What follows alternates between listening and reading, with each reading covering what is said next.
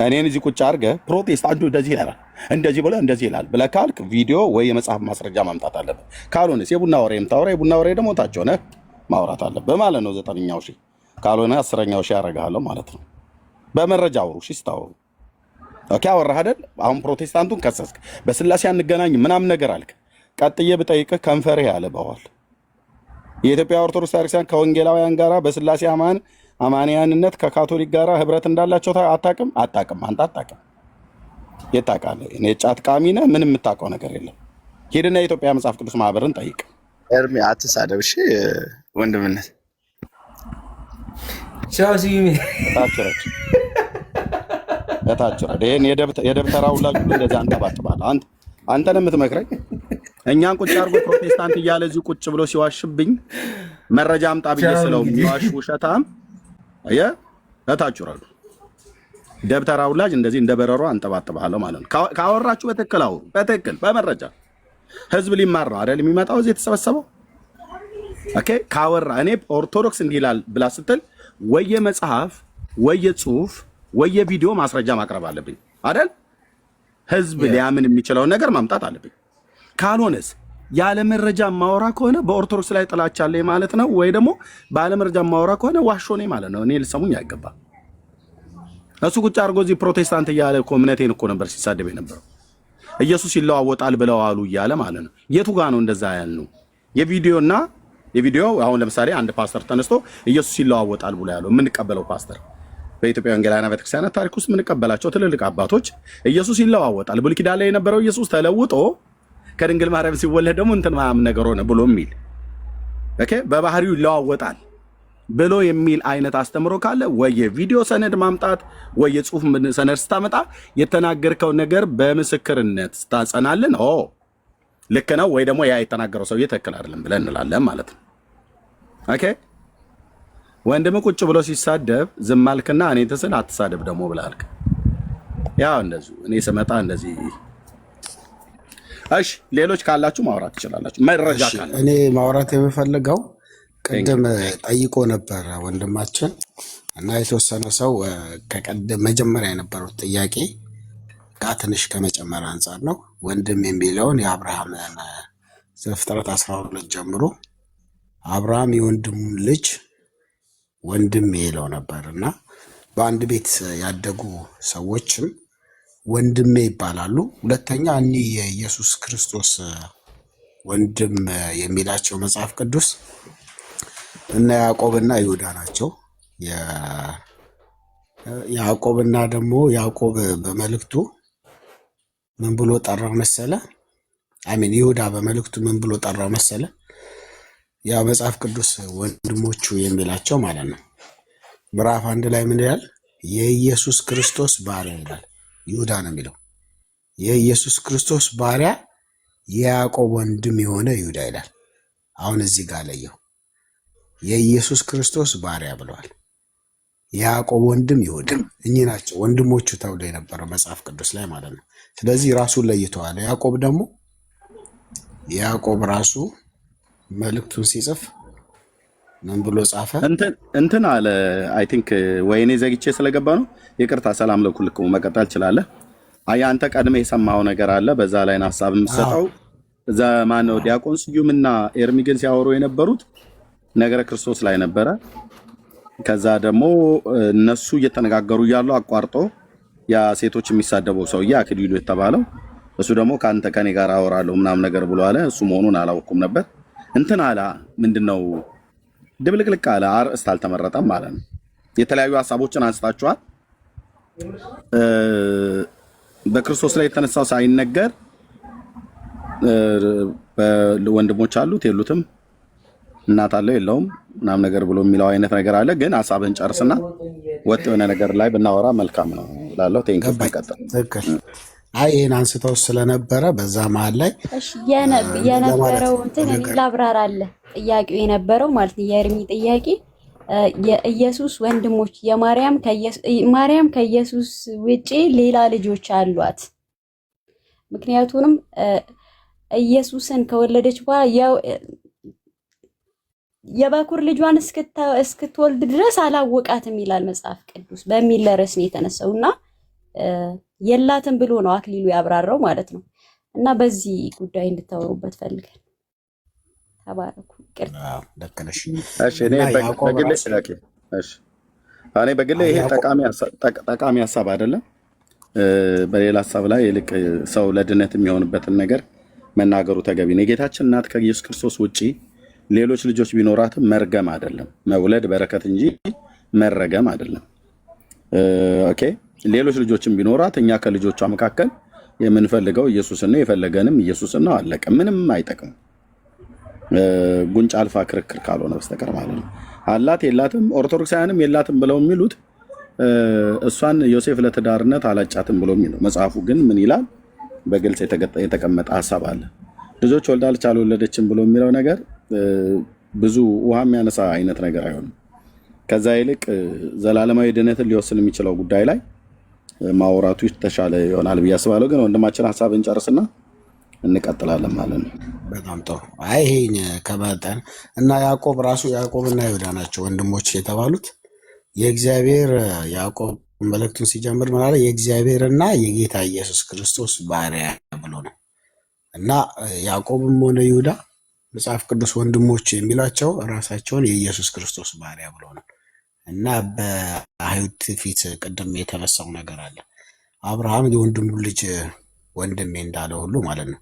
እና እመቤታችን ተነስታለች ማድረጓን የሚለው በትንቢት አለ። መዝሙር 131 እና መዝሙር 44 ላይ በትንቢት አለ።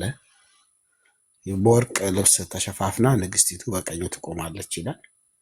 ሁለተኛ ደግሞ አቤቱ ተነስ አንተና የመቅደስ ታቦት ይላል። ይሄ እንዳልከው አሁን መሰረቱ ኢየሱስ ክርስቶስ ስለሆነ ሰው በመሰረቱ ላይ ያለውን ልዩነት መጀመሪያ ማናውን የጠቀስከው ክፍል መዝሙር 45 እና መዝሙር 132 ላይ የተናገረው የትንቢት ቃል ለማን የተነገረው? አሁን ምን መሰለ?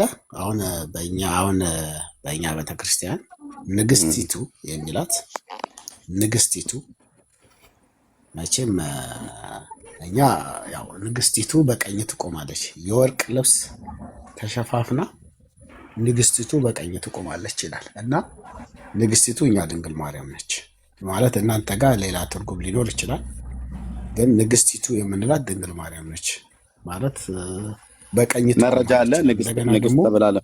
ንግስት ተብላ ለመባሏ መረጃ አለ። እሺ ሌላ ማን ትሆናለች? ሌላ ንግስት? አይ ኖ የእኛን ተው፣ የእናንተን በደንብ መረጃ አለ። ንግስት ለመባሏ ንግስት ለመሆኗ የንጉስ እናት ስለሆነች ንግስቲቱ እሷ ነች። ምናልባት አሁን የሚነሳ ከሆነ የንጉስ እናት ንግስት ተብላ ትጠራለች በመጽሐፍ ቅዱስ። የሰለሞን እናቱን በእንትን ላይ አስቀምጧት አለ በመጽሐፉ። እርግጠኛ አልነበርኩም። በብሉይ ኪዳን ላይ ወንበር አስቀምጦላት በንግስት መልክ አስቀምጧት የሚል አለ። ጥቅሱ ለጊዜ አላስኩትም። ግን ምን መሰለህ አሁን እዚህ ጋር የሚያስማማው ምንድን ነው? ሌላ ንግስት አለች ወይ ነው። አሁን እሺ እሷ አይደለችም?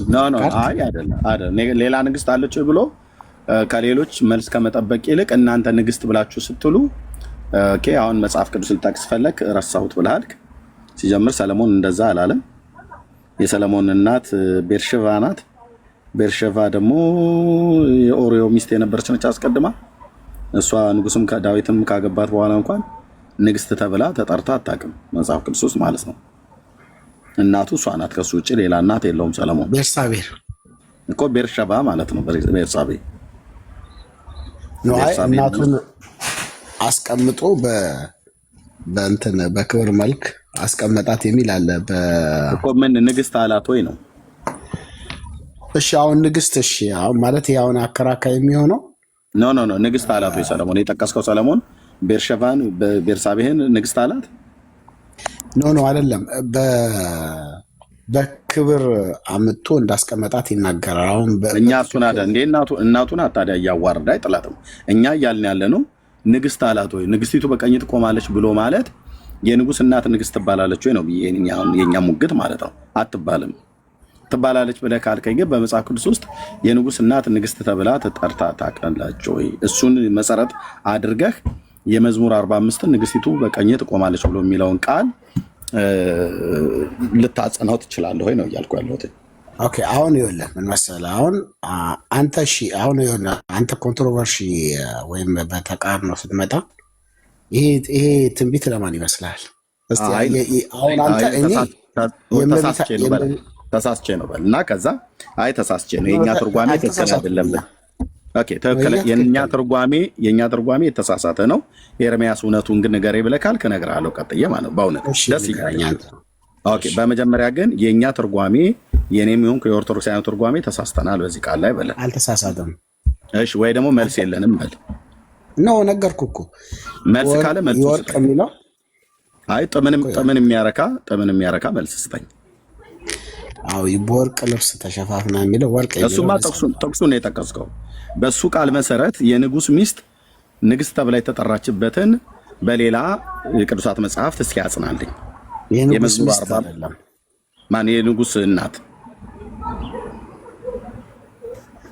የንጉሥ እናት ንግሥት የተባለችበትን እሱን ቃል በሌላ የብሉይ ኪዳን ወይ የአዲስ ኪዳን መጽሐፍት ቃል አጽናልኝና ራዕይ 12 ላይ ዳምጣል። ራዕይ 12 ቁጥር ስንት? ከአንድ ጀምሮ ለሚሲ ምን ይላል?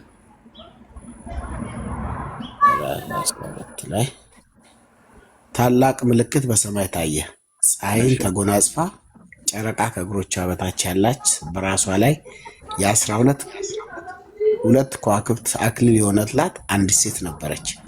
እርሷም ጸንሳ ነበር፣ ምጥም ተይዛ ልትወልድ ተጨንቃ ጮኸች። ይሄ ሌላ ምልክት ቀይ ዘንዶ ሄድና አሕዛብን ሁሉ በብረት በትር ይገዛቸው ዘንድ ያለውን ወንድ ልጅ ወለደችው ይላል። አሕዛብን ሁሉ በብረት በትር ይገዛቸው ዘንድ ያለውን ወንድ ልጅ ወለደችው። ልጇም ወደ እግዚአብሔርና ወደ ዙፋኑ ተነጠቀ ይላል። እቺ ማነች?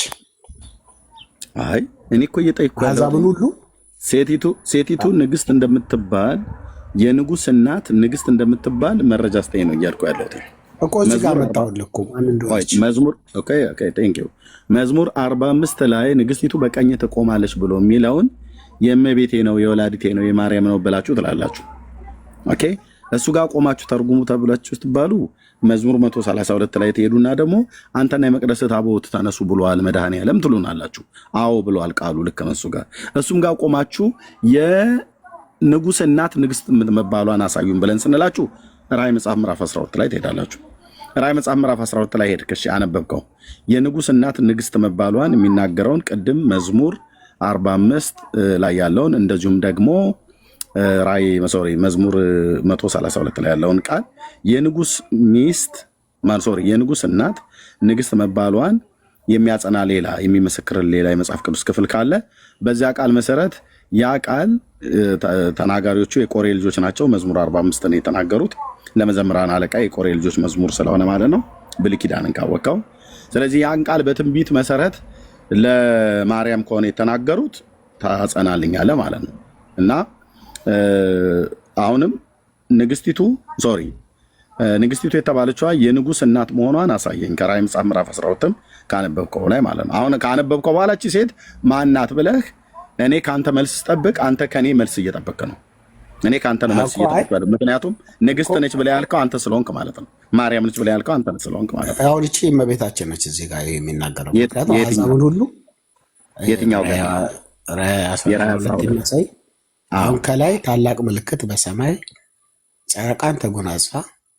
ፀሐይን ተጎናጽፋ ጨረቃን አክሊሏ ጨረቃ ከእግሮቿ በታች ያላት በራሷ ላይ 12 ከዋክብት አክሊላት የሆነላት አንዲት ሴት ነበረች ይላል። በግርማ ነው የሚያሳይ፣ በሰማይ ነው የሚያሳይ። ይሄኛውን አክሊል ተጎናጽፋ ፀሐይን ጨረቃ ተጎናጽፋ እቺ ማነች ይልና አሕዛብን ሁሉ በብረት በትር ይገዛቸው ዘንድ ያለውን ወንድ ልጅ ወለደች። አሕዛብን ሁሉ በብረት ዘንግ የሚገዛ ኢየሱስ ክርስቶስ የታለች የንጉሱ ሚስት ንግሥት መባሏን የሚናገር እዚህ ይሄ እኮ እዚህ ጋር መጣ። ፀሐይ ተጎናጽፋ ጨረቃ ይሄ ሁሉ በግርማ በዚህ ሁሉ ተገልጣ እኮ ሰማይ እኮ ነው የሚያየው ነገር። እቺን እኮ ማን ይላል? የንጉስ እናት ንግስት መባሏን የሚያሳይ የመጽሐፍ ቅዱስ ክፍል የት አለ ነው ያልኩህ። ይሄ ምንድን ነው? ይሄ ግርማ አለው። በዚህ ንግስትነት ማዕረግ፣ በዚህ በጨቃ ፀሐይን በመጎናጸፍ ጨረቃን በተጫማች በታላቅ ግርማ በሰማይ ታይታ የሚያሳየው ወንድ ልጅን መውለዷን የሚነግር እኮ በሰማይ እኮ ነው የሚነግር። ይሄ እኮ በሰማይ ላይ ነው እኮ ራእይ ሆኖ የሚያየው። በሰማይ ላይ ያያት ዮሐንስ ያቺ ኮከብ ምናምን ነገር ያደረገችዋ ማርያም ነች እያልከኝ ነው? ይኸው እዚሁ መጽሐፍ ምን ይላል መሰለህ? አሕዛብን ሁሉ በብረት በትር ይገዛቸው ዘንድ ያለውን ወንድ ልጅ ወለደ። ይሄ ማን ነው? እሱ ወንድም አለ ዮሐንስ በሰማይ ያያት 12 የከዋክብት አክሊል የሆነና ጨረቃን የተጎናጸማ ነው። ጨረቃን ከእግሮቿ በታች የሆነላት ፀሐይን የተጎናጸፈችዋ ማርያም ናት እያልከኝ ነው አይደል? ዮሐንስ ማርያም ናት እያለ ነው እየተናገረ ያለው እያልከኝ ነው አይደል? ትክክል፣ ምንም ጥርጥር የለውም። እዚህ ጋር እኮ ራሱ ያናገራል። ምንም 5 ላይ አንበቦች እያነበብክ ከሆነ አይ ችግር የለውም ብራዘርዬ። እኔ መጽሐፍ ያነበብኩ ሰው የምትለው ነገር ሁሉ የለም አላልኩም። በመጽሐፉ ላይ አለ። የለም ብዬ አይ ውሸትህን ነው ቆርጠህ አንብበሃል ትክክል አላነበብከውም ብዬ ብልህ ነበረ። አንብበው ብለህ ብትለኝ እኔ እዚህ መጥቼ አይደለም መጽሐፍ የማነበው። ባይዘው እኔም እንኳን ጴንጤዎች እዚህ መተን አይደለም መጽሐፍ የምናነበው። መጽሐፍ የምናነበው እኛ በቤታችን ነው። መጽሐፍ የምናጠናው በቤተክርስቲያናችን ነው። መጽሐፍ ቅዱስን የምንማረው በቤተክርስቲያናችን ነው፣ በግላችን ነው። እዚህስ መተን መጽሐፍ አናነብም። ካነበብንም እንደው ድንገት ያላወቁ ሰዎች ለማሳየት ካልሆነ በስተቀር እኔ አሁን የምትለውን የአምላኬን እግዚአብሔርን ቃል በሚገባ ከድርብ ነጠላ ሰረዙና ከአራት ነጥቡ ከምናምን ነገር ካልሆነ በስተቀር በሚገባ የቱ ጋር ምን እንደሚል አውቃለሁ። ኦኬ፣ ስለዚህ ያልከው ትክክል ነው ልልህ ፈልጌ ነው እንጂ እኔ ከአንተ የተሻለ አውቃለሁ እያልኩም እንዳይደለ ተረዳኝ። ራዕይ መጽሐፍ ምዕራፍ 12 ቁጥር 1 ኤርሚ ካለ ትልቁ ላይ አልገ ወይ ሞዴሬተሮች ሌሎች ኤርሚ ወይ ሌሎች ካላችሁ ሞዴሬተር ካላችሁ ትልቁ ላይ አድርጉ። ይሄ ወንድማችን ምን ይላል የእግዚአብሔር ቃል? አረ ነው ራሴን ትልቁ ላይ ማድረግ አልችልም። ኤርሚ ደግሞ ትቶ ሄዷል መሰለኝ። እሺ ልደውልለት ቆይ አንዴ መጥቶ ትልቁ ላይ እንዲያደርገኝ ማለት ነው።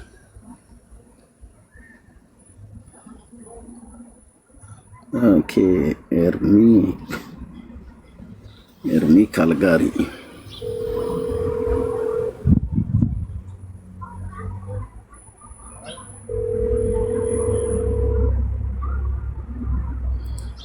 ኤርሚ ትልቁ ላይ ነው። ኤርሚ እየሰማኸኝ ከሆነ ትልቁ ላይ አድርገኝ። እኔን ትልቁ ላይ አድርገኝ ኤርሚ፣ ትልቁ ላይ አድርገኝ። ትልቁ ላይ አድርገኝ ልልህ ነው የደወልኩት። ትልቁ ላይ አድርገኝ ልልህ ነው የደወልኩት። አድርገኛል። በቃ ኦኬ እሺ። ራዕይ መጽሐፍ ምዕራፍ 12 ይሄው ወንድማችን ያልከው ቃል በሙሉ አለ፣ ሌላውም በሙሉ አለ ማለት ነው የተነገረው ክፍል። አሁን እኔ ምንድነው የፈለኩትኝ መዝሙር 45 ላይ ተነስተን ንግስቲቱ በቀኙ ትቆማለች ብላ የተባለችዋ እመቤታችን ነች ብለሃል ትላላችሁ ኦርቶዶክሳውያን። ማርያም ናት ትላላችሁ። ያ ክፍል ላይ የተነገረላት የንጉሱ እናት ንግስት ትባላለች ብለህ ስላልከኝ የንጉስ እናት ንግስት መባሏን የሚያሳይ እዚህ ክፍል ላይ ያሳየኝ ነው እያልኩ ያለሁት። የመዝሙር 45 ላይ ክሌም ያደረከውን ቃል ይሄ ቃል ከመሰከረልህ አጽድቅልኝ ነው እያለ 44 ላይ ማለት ነው። ያው በቅንፍ 45 44 እና እዚህ ጋር ያንን ሊያጸድቅልህ ይችላል። የንጉስ እናት መሆኗን ንግስት መባሏን የንጉስ እናት ንግስት መባሏን ያጸድቅልሃል ይሄ ቃል ነው እያልኩ ያለሁት። ይሄ ምልክት ይሄ ፀሐይና ጨረቃን ተጎናጽፋ በሁሉ ግርማ የተገለጠች የንግስትነት ምልክት ነው። እዚህ ላይ እሷም ብሎ ወንድ ልጅ የወለደችው ልጅ ነው ይላል። ይሄ ደግሞ ቅድምም በተነሳው ተጨማሪም ይሆናል። መነሳቷን መሞቷን ያለው ዮሐንስ በራእይ ነው። ይሄን በክብር በመንግስተ ሰማያት በልጇ ፊት ነው ይሄ ሁሉ ነው። በሰማይ ያለውን ክብሯን ነው ነው እና እቺ ማርያም ነች እያልከን ነው። በግልጽ ይናገራል። እሱን አንድን ታነብና እስከ 5 ብታነበው ድንግል ማርያም መሆኗን ይነግራል። ኦኬ እስከ 5 ላንብበው። እሺ ታላቅ ምልክት በሰማይ ታየ፣ ፀሐይን ተጎናጽፋ ጨረቃ ከእግሮቿ በታች ያላት በራሷም ላይ 12 የከዋክብት አክሊል የሆነላት አንዲት ሴት ነበረች። እርሷም ጸንሳ ነበር፣ ምጥም ተይዛ ልትወልድ ተጨንቃ ጮኸች። ሌላም ታላቅ ምልክት በሰማይ ታየ። እነሆ ታላቅ ቀይ ዘንዶ 7 ራሶችና 10 ቀንዶች ነበሩት፣ በራሶቹም ላይ 7 ዘውዶች ነበሩት።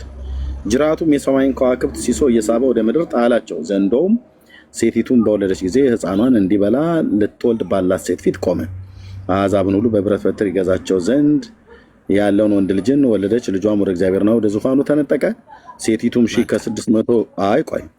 ሴቲቱም 260 ቀን እንዲመግቧት በእግዚአብሔር ተዘጋጅቶላት ወደ ነበረው ስፍራ ወደ በረሃ ሸሸች ብሎ ይላል። እስከ ቁጥር 6 ድረስ አነበብ ነው ማለት ነው የሴቲቱን ፍጻሜ። እሺ ማናት ነው ያልከኝ? 5 ላይ ከላይ ያለው ግርማዋን የንግስትነት ፀሐይን ሁሉ ካለ በኋላ 5 ላይ አሁን ኢየሱስ ክርስቶስ መሆኑን ይነግራል። አሕዛብን ሁሉ አሕዛብን ማናት ነው ያልኩ እኔ እዚህ ጋር ያለው ማነው አይደለም። ማናት እሷ ማናት እኮ ታዲያ እሱ እኮ ነው የሚነግርህ። አሕዛብን ሁሉ ማናት እኮ እሱን እኮ ልነግርህ። ቆይ አሕዛብን ሁሉ እሱን ተውና እሷን ንገረን። እሷን እሷን እዚህ ላይ ይነግራል እኮ ነው። እሱን ንገረኛ አይደለም። አሕዛብን በብረት በትር የሚገዛው ክርስቶስ ወንድማችን ክርስቶስ ነው። ስለዚህ የወለደችው ይላል። እቺ ከላይ ነገረችው ወለደችው ይላል። ኦኬ እሷ ማናት ነው ያልኩ? ድንግል ማርያም ነች። አሕዛብ ድንግል የኢየሱስ ክርስቶስን የወለደች ማነች? የጌታችን እናት ማርያም ነች። እኮ ስለ እሷ ነው ይህን ክብር የሚናገረው ነው። እሺ ቴንኪው። ያዙ እንግዲህ ወገኖች፣ አሁን ቀጥላችሁ ስሙ። ቀጥሎ የምናወራውን ነገር ስሙት። ቁጥር 1 ታላቅ ምልክት በሰማይ ታየ። ፀሐይን ተጎናጽፋ ጨረቃ ከእግሮቿ በታች ያላት በራሷም ላይ 12 የከዋክብት አክሊል የሆነላት አንዲት ሴት ነበረች ይላል። እቺ ሴት ነች አይደል? ማርያም 12ቱ ከዋክብት እነማን ናቸው? ራሷ ላይ የተቀመጡት 12ቱ ከዋክብት እነማን ናቸው? በራሷ ላይ በራሷ ላይ 12 የከዋክብት አክሊል የሆነላት ሴት ማናት? ማርያም ነች ብለኛል። 12ቱ ከዋክብት እነማን ናቸው? አክሊል እኮ መገናጸፍ የንግስታት ንጉስና ነገስታት አክሊልን ይጎናጸፋሉ በራሳቸው። 12ቱ ከዋክብት እነማን ናቸው? ብራዘር የጠየቅኩህን እኔ ስለሷ 12ቱን ከዋክብት በራሷ ላይ ያደረገችዋ ሴት ማርያም ነች ብለኛል። ከዋክብቱ እነማን ናቸው ብዬ ስለ ነገስታቱ የሚጎናጸፋሉ፣ ዱርዬው የሚጎናጸፋል፣ ወጣቱ የሚጎናጸፋል አትበለኝ። እኔ ማማ ይጎናጸፋል አይደለም። እሷ የተጎናጸፈቻቸው 12 ከዋክብት እነማን ናቸው? በራሷ ላይ የሆኑት 12 ቅድም ስለ ንጉስና ነገስታት ነገስት ስለመሆኗ ስንናገር ነገስታቶች ዘውድ በራሳቸው ላይ ይጎናጸፋሉ። አሁን ትርጓሜ እኔ እኮ አልጠየኩም። እኔ ነገስታቶች ጭንቅላታቸው ላይ ዘውድ ነው የሚያደርጉት፣ ቦቴ ነው የሚያደርጉት፣ ጭድ ነው የሚከምሩት፣ ጨርቅ ነው የሚጠመጥሙት። አልጠየኩም። የኔ ጥያቄ አይደለም። የኔ ጥያቄ እዚህ ጋር የተጻፈችው ያስነበብከኝ ቁጥር 6 ድረስ ማርያም ነች አልከኝ። ኦኬ ትርጓሜ ውሃው ሲባላ ታዩታላችሁ ወንድሞች ናቶች። 12ቱ ከዋክብት አክሊል በራሷ ላይ የሆነላት ማርያም ነች ብለህ ስላልከኝ እነዚህ 12ቱ ከዋክብት እነማን ናቸው ብዬ ስልክ ነገስታቱ ቦታ ያደርጋሉ፣ ነገስታቱ አክሊል ይደፋሉ አትበለኝ። የኔ ጥያቄ አይደለም። የኔ ጥያቄ ከዋክብቱ እነማን ናቸው ነው ያልኩ። የደፋቻቸው በራሷ ላይ ያደረገቻቸው ከዋክብት ማርያም በራሷ ላይ ያደረገቻቸው ከዋክብት እነማን ናቸው ነው ያልኩ። በጣም ጥሩ። ይሄን መጀመሪያ ነገስታት አክሊል ያደርጋሉ ያልኩበት ምክንያት የንጉስ እናት ንግስት የሚለው የታለ የሚለውን ነገር ቀድም ስላነሳ ነው። ወንድሜ ገብቶኛል። ለምን እንደመለስኩ ነው እንደዛ ነው። ኦርቶዶክሳዊነት ማለት ያልተጠየቀውን የሚያወራ ትውልድ ተብሎ እንዲባል አታድርጉ ወገኖች። ኦርቶዶክሳዊነት ማለት ያልተጠየቀውን የሚያወራ ያልተባለውን አይነት አታስመስሉ። የጠየቁ ጥያቄ አድምጠኝ። የጠየቁ ጥያቄ ልብ ብለህ ሰምተኛል፣ ደግሞ አድምጠኛል። እኔ ነገስታት ዘውድ ይጭናሉ፣ ቦታ ያደርጋሉ፣ ጭድ ይከምራሉ አልወጣኝም፣ አልጠየቁም። ኦኬ መዝሙር 45 ላይ ተነስተህ የተናገርከው ንግስቲቱ በቀኙ ትቆማለች ብሎ የሚለውን ቃል እሱን ሊያጸድቅልኝ ይችላል ብለህ ያልከው የመጽሐፍ ቅዱስ የራእይ መጽሐፍ ምዕራፍ 12 ላይ የጠቀስከው ጥቅስ ምንም አያወራም። ስለዚህ ምንድነው ያርከው? አይ ይኸው ንግስት ናትና ብለህ አልከኝ። ንግስታት ዘውድ ይጭናሉና እሷም ንግስት ነች። ስለዚህ ዘውድ ጭናለች ነው።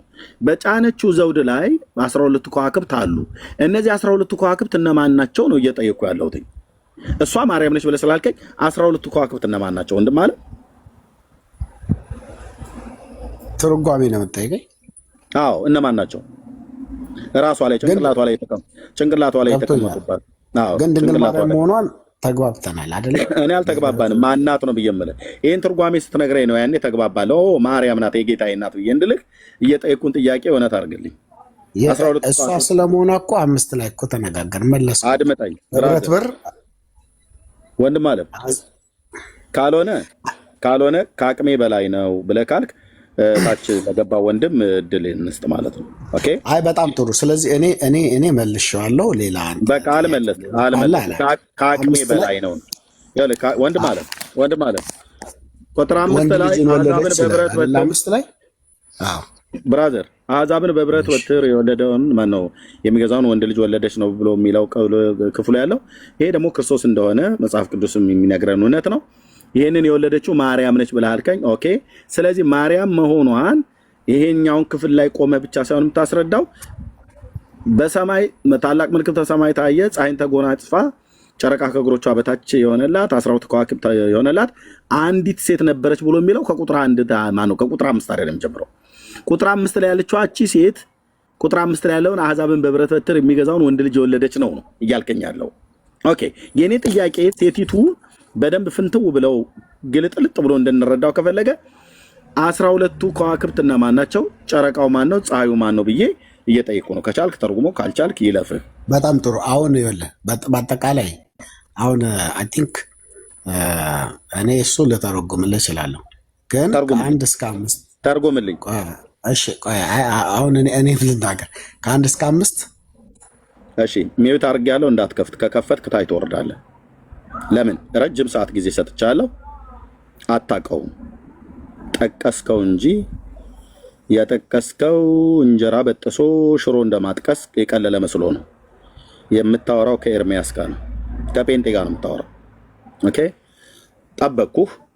ንግስት መሆኗን አሳየኝ ብዬ መዝሙር 45 ላይ ተነሳህ፣ አሳየኝ አልኩህ። መዝሙር 132ን ጠቀስክ፣ አሳየኝ አልኩህ። የለም ራዕይ መጽሐፍ ምዕራፍ 12 ላይ መጣህ፣ አሳየኝ ብዬ ስልህ አንተ ቁጥር 5 ላይ አሕዛብን ሁሉ በብረት በትር የወለደችዋ ሴት ነው ብለህ አልከኝ። እቺ ሴት ማነች ብዬ ስልህ ማርያም ናት አልከኝ።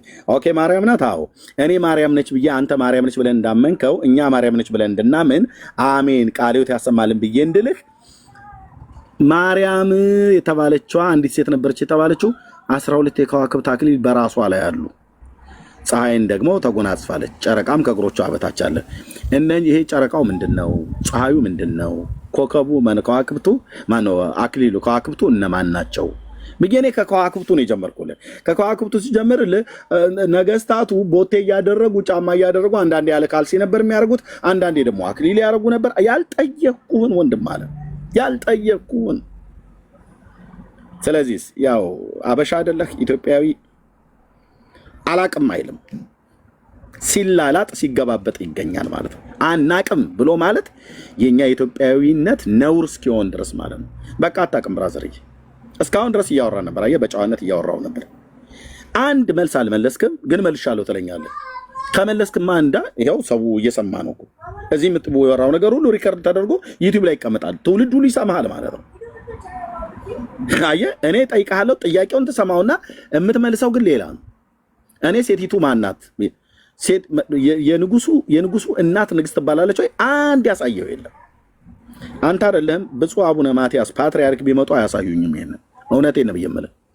ኦኬ ለምን ቅዱስ ቃሉ አይልምና የንጉስ እናት ንግስት ተብላ ተጠርታለች፣ ትጠራለች። በዚህ መሰረት የጌታችን እናት ንግስት ተባላለች ብሎ የሚል እና መዝሙር 45 ቁጥር 9 ወትቀውም ንግስት በየማንከ ብሎ የሚለው ቃል ለሷ ለማስረዳት መሄዳችሁ ደብተራዎች የቃዡትን ቅዠት እዚህ ልትደግመው ነው እንጂ የእግዚአብሔር ቃል አይልም። ብሉይ ኪዳን ላይ ሁለተኛ እንዳደፍር ብራዘር፣ ብሉይ ኪዳንም አይደለም አዲስ ኪዳንም ላይ ጭምር ማለት ነው። ስትመጡ እዚህ በተለይ አዲስ ኪዳን እንኳን በጣም ብዙ ጠንካራ የሚባሉ የራዕይ መጽሐፍ ካልሆነ በስተቀር አብዛኛው ቅዱስ ጳውሎስ ሐዋርያው ጌታም ራሱ ጴጥሮስም በደንብ ፍትፍት አድርገው ለማስረዳት አዲስ ኪዳን ላይ የሚከብድ መጽሐፍ ካለ ራዕይ ነው ለመተርጎም። ብሉይ ኪዳንስ ሙሉ በሙሉ ሂድን ነው። በጣም ብዙዎቹ ጌታ ኢየሱስ ከገለጠው ጳውሎስ ከገለጠው ውጪ ታሪኩን ካልሆነ በስተቀር በጣም ብዙ ትርጓሜ የሚያስፈልገው ነው። እዚህ መታችሁ ብሉይ ኪዳን እየጠቀሳችሁ የማታውቁትን አታውሩ። ቴንክ ዩ። ይሄ ምክሬ ነው። እሺ አንተ መልሱ ለምን አሰጥም? እሺ የኛው አይ አንተ በመጀመሪያ ይሄንን ቃል ጠቅሰህ ኮከቡ ማን ነው ብዬ ስልህ ነገስታቱ ጫማ ይደፋሉ አክሊል ያደርጋሉ አልከኝ። እኔ ኮከቡ በራሷ ላይ የሆኑት ሴቲቱ ማርያም ነች ብለኸኛል። ኮከቡስ ማን ነው? ከዋክብቱ እነማን ናቸው? ጨረቃውስ ማን ነው? ፀሐዩስ ማን ነው? መጸነሷ እሺ። እዚህ ደግሞ ሌላ ምልክት በሰማይ ታየ ይላል። እችም በሰማይ ነው የታየችው። ኦኬ ሁለቱም በሰማይ ነው። ታላቅ ምልክት በሰማይ ታየ ነው ብሎ የሚለው የሴቲቱም መታየት በሰማይ ነው። የምድሪቱም የዘንዶ መታየት በሰማይ ነው። 10 ቀንዶች አሉት፣ 7 ራሶች አሉት፣ 7 ዘውዶች አሉት። እነማን ናቸው? እንዴት ይተረጎማል? 10ሩ ቀንድ ምንድነው? ዘንዶ ማን ነው? 10ሩ ቀንድስ ምንድነው? 7 ራሶች ምንድናቸው? ኦኬ መተርጎም አለብህ። ይሄንማ ካልተረጎም እመቤቴ ነች ብለህ ራእይ መጽሐፍ ምዕራፍ 12 ተርጉም። እሺ አንተ ተርጉም። አድመጥ ተሳስተናል ብለህ ካልክ ተረጉመዋለሁ። ኦርቶዶክሳውያን ዝም ብለህ እንዳመጣልን የምንናገረው ተሳስቼ ነው ብለህ ካልክ እርግጠኛነት እኔ ልክ ነኝ፣ ግን አንተ አሁን ልትተረጉም አትችልም። እርግጠኛ ሚዩት አድርገው። ዩቲዩብ ላይ ገባና ኤርሚያስ አበበ ብሎ በሚል ራእይ መጽሐፍ ነው ሂድና፣ ኤርሚያስ አበበ ኦፊሻል ሚል የዩቲዩብ አካውንት አለኝ። እዛ ገባና ራእይ መጽሐፍ ምዕራፍ 12ን ከ4 ጊዜ በላይ ነው ያስተማርኩት። የዲቤት ጥሪ ጠርቼ አንድ ኦርቶዶክሳዊ ፊቴ እንኳን አልቆምም። አለው ብሎ የሚል ሰው ካለ ይግባና ማርያም ነች ብሎ የሚል እስቲ ካለ ይምጣና ያውራ። እዚሁ ትሰማለህ ማለት ነው። ስለዚህ ብራዘርዬ ሚዩት አድርገው። ለእንግዳው እዚህ ላምደ ማነው ኢየሱስ ክርስቶስን የወለደች ነው እናት ይላል እኮ። ኢየሱስ ክርስቶስን የወለደች ድንግል ማርያም ነች። ለምን አይ ማለቴ ራእይ መጽሐፍ ከመጻፉ በፊት ነው። እሱን ቅዱሳት ሐዋርያት ከዮሐንስም በወቅቱ ቢኖርም ራእይ መጽሐፍ የተጻፈበትን ዘመን ምናልባት ካወቀው ወደ መጨረሻ አካባቢ ስለሆነ ሌሎቹ ቅዱሳት ሐዋርያት የጻፉት እነ ማቴዎስ ራእይን የመጨረሻው መጽሐፍ እዚህ በመጽሐፍ ደረጃ መጨረሻ ላይ ተቀመጠው ከማንበባችን በፊት የጌታችን እናት እንደወለደችውማ ማቴዎስ ወንጌል መጽሐፍ ምዕራፍ 1 ቁጥር 18 ላይ የኢየሱስ ክርስቶስ ልደቱ እንዲነበር እናቱ ማርያም ለዮሴፍ በታጨች ጊዜ ሳይገናኙ ከመንፈስ ቅዱስ ጸንሳ ተገኘች ብሎ ስለሚለን አንተ ራእይ መጽሐፍ ምዕራፍ 12 ቁጥር 5ን ጠቅሰህ ኢየሱስን ወልደዋለች ብለህ ካልክ ከዛ በፊት ብዙ የተጠቀሱ የመጽሐፍ ቅዱስ ክፍሎች አሉ፣ አላወቃቸውም ማለት ነው። እኛ አሁን ማነው ኢየሱስን የወለደው ብሎ የሚል ጥያቄ አይደለም ጥያቄ። ሴቲቱ ማናት ብላልክ? ማርያም። እሺ ከዋክብቱ እነማን ናቸው? ቆምክ። ጨረቃ ምንድነው? የለህም። ፀሐይስ ምንድነው? አታወራም። ንግስት ትባላለች። የንጉስ ሚስት ልሰጥህ እችላለሁ፣ ግን እሱን ትርጓሜው ልነግርህ እችላለሁ። ግን እኔ እስካሁን ለምኛለሁ። ለሌላ ጊዜ ለሌላ ደግሞ እንግዳ እንስጥና ከዛ ተመልሰን እንመጣለን። እንግዳ ስላለ ማለት ነው። ቴንክ ዩ። እዚሁ ሆነ እሰጥሃለሁ። እንግዳ ስላለ ማለት ነው። እሺ አምደ ሚካኤል ነው። ለማንኛውም ደህና ደሩ። ያው አለመቀበል ትችላለህ፣ ምንም ችግር የለም። አንተ አሁን ራስህን ዲፌንድ ጨርሰን አሁን ማለት ኦርቶዶክሳዊነት ማለት ነጭ ወረቀት ነው ተብሎ እንዲባል አታድርጉ አልኩ እኮ። ሶሻል ሚዲያ ላይ መጣችሁ የማታውቁትን አትጥቀሱ። ስንት አባቶች አሉ፣ ስንት አገልጋዮች አሉ። መጽሐፍ የሚያውቁ ሰዎች መጥተው ይናገሩ። ሰላም እና ፖለቲካ ባንሰራ መልካም ነው በእግዚአብሔር ቃልና ሰላም ነው። እሺ ታወራለህ ወይስ ላስወርድ? ላወራ እኮ ነው የገባሁት። እሺ ታዲያ ምን ፖለቲካ ነው? ሂድና እዛ ኦነግ ሸኔ ወያኔ እንትን ፋኖ ተወዳደራ። እኛ ምንድነው ፖለቲካ የምሰራው? የእግዚአብሔር ቃል እናውራው። ጠይቃችሁ ጠይቃ። አይ ማውራ ካለብህ አታስፈራራ። እየሰጠህ እኮ ነው መረጃውን። እታች ውረድ። ሌሎች ካላችሁ ነው ሌላ ማውራት የሚችል ሰው ካለ መጽሐፍት ላይ ተንተርሶ የጠየቅነው ጥያቄ ለመመለስ እኛ ምን የሚጠይቀን ጥያቄ ለመመለስ ዝግጁ ስለሆነ ማለት ነው። እንዲህ አንድ ጥያቄ ስትጠየቁ ረገጥ አድርጋችሁ እንኳን ቀጥታ ቆማችሁ እንኳን አታወሩ ማለት ነው። ኦኬ ቀደም ኤርሚስ ሲጠይቅ ነበር። ለጠይቃችሁም ጥያቄ መልስ አትሰጡም። ኦርቶዶክሳዊ ማለት ስትጠይቀው መልሶ የሚጠይቅ እንጂ የጠይቀውን የማይመልስ ትውልድ ማለት ነው። ለምን አብዛኛው ወጣት አሁን እዚህ መጥቶ የሚገባው ጫቱን ተፍቶ ነው የሚመጣው። እዚህ ማነሽ ውሃ ትሰጪኝ ብሎ ቱፍታውን ተፍቶ ነው የሚመጣው። መጽሐፍ ሳታነብ፣ ቅዱሳት መጽሐፍትን ሳታነብ፣ በሰንበት ትምህርት ቤት ሳትገባ፣ የማታ ጉባኤ ሳትማር ቲክታክ ከፍተህ ጫትን ዞርባ ጫትን ይዘህ ገለምሶ ገባ እንዴ አወደ አልመጣም እየተባባልህ ከዛው ላይ ያለ ገዝት ትልካለህ። መርቅነህ ወይ ጠጥተህ ማለት ነው። ቁጭ በሉና መጽሐፍ ቅዱስ አንብቡ ኦርቶዶክሳውያን ወገኖች። ካልሆነስ እንደዚሁ ጴንጤ እየሳቀብህ መቀለጃ ሆነ ትቀጥላለህ ማለት ነው። ሶሻል ሚዲያ ላይ ትመጣለህ፣ ትጠይቃለህ፣ መልስ የለህም። እናት ተብላ ትጠራለች ወይ? አይደለም የኔ ጥያቄ። የጌታችን እናት እናቱ አይደለች? አዎ። ንግስት ተብላ ትጠራለች ወይ? መዝሙር 45 ቁጥር 9 ጠቅሰህ የክርስቶስ እናት ንግስት ተብላ ትጠራለች፣ ስለዚህ ንግስቲቱ በቀኙ ትቆማለች ብሎ የሚለውን ልታስረዳ ትችላለህ ወይ? በቃ ብራዘር ወረክ እኮ የተሰጠህን እድል አልተጠቀምክም። እታች ታብ ኮፒ ሊንክ ሼር ነው ማድረግ ያለብህ። አምደምኬ እኔ ለአንተ እንደውም ጊዜ ለመስጠት ነበር ቶሎ ቶሎ ፈጠና አድርገው ብዬ ያኛውን ወዘልፈኒ ማለት ነው የለውም ማለት ነው። እሺ ቴንክ ዩ ካላችሁ መምጣት ትችላላችሁ። ስትመጡ ግን በስርዓት እናወራ። ሰላም ነህ ቤሊ? ነህ እንዴት ነህ ወንድማችን በሊ? እንዴት ነው? ሁሉ ሰላም እግዚአብሔር ይመስገን። እኔ የምልህ አሁን ይህንን እዚህ ጋር ማርያም ነች ብለው ሲጠቅሱ ምን አርጊውመንት ሊያመጡ ፈልገው ነው? ስለ ምልጃ ነው? ስለምንድን ነው አሁን እዚህ ጋር ማርያም ነች ብለው መጥቀስ የፈለጉት? የንጉስ ሚስት የንጉስ እናት ንግስት ትባላለች ብሎ ለማለት ነበር የጠቀሰው። አረ እንደው ጠቅላላ እነሱ አሁን ብዙ ጊዜ ራዕይ 12 ላይ ማርያም ነች ብለው ሲጠቅሱ ምን ለማስረገጥ ፈልገው ነው? ስለ ምልጃ ሊያመጡ ነው? ምን ሊያመጡ ነው? ምንም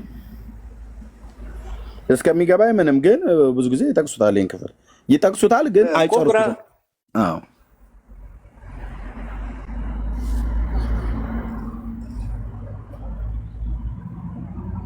ይጠቅሱታል፣ ግን አይጨርሱትም። አዎ እኮ እኔ ጨርሰው እንኳን እሺ ማርያም ናቸው ቢባሉ እንኳን እንደው አይደለም ቢሆን እንኳን ምንድን ነው እዛ ጋር ስለ ምልጃ ያገኙበታል ወይስ ወደ እሷ ስለመጸለይ ምን እንደሚያገኙበት ግራ ስለገባኝ ነው። እኛም እየጠየቀን ነው።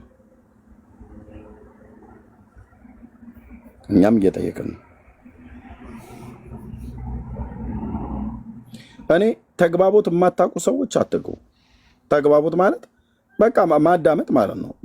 ተቃራኒ ወገንህን ከምታወራው ሰው ጋር እኔ ወንጌላማኝ ነኝ አንተ ኦርቶዶክሳዊ ነህ አይደል? ኦኬ ስትገባ ለጠየቀኝ ጥያቄ የሚመጥን መልስ ልሰጥህ ይገባል። መጀመሪያ ለመመለስ ጥያቄ አንተ ስትጠይቀኝ ላደምጥህ ይገባል። እኔ ስጠይቅህ ልታደምጠኝ ይገባል። ለጠየቅኩት ጥያቄ የሚመጥን መጽሐፍ ቅዱሳዊ መልስ መስጠት አለብህ። ለእኔ ብቻ አይደለም የምሰጠኝ፣ እዚህ ላለ ትውልድ ሁሉ ነው የምሰጠው። ለአንተ ብቻ አይደለም የምሰጠው፣ እዚህ ላለ ትውልድ ሁሉ ነው የምሰጠው። ኦኬ አንተ ለጠየቀኝ ጥያቄ የሚመጥን መልስ ማልሰጥ ከሆነ እዚህ ያለ ትውልድ ፊት ኤርሚያስ ገለባ እየሆነ ነው ማለት ነው። ለተጠየቀው ጥያቄ የሚመጥን መልስ የማይሰጥ ተብሎ ይሳቅብሃል ማለት ነው። እኔ ጠይቄ የሚመጥን መልስ ማለት ጥያቄውን ማዕከል ያደረገ ማለት ነው።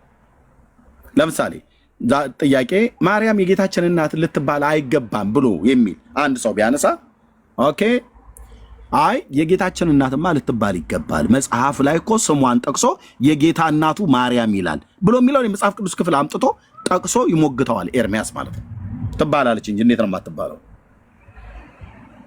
ብዬ ማለት ነው። አየህ ጥያቄውን በትክክል ስለሰማሁት ለጥያቄው የሚመጥን መልስ ከመጽሐፍ ቅዱስ ላይ ስጠቅስ ህዝብ ይሰማል ማለት ነው።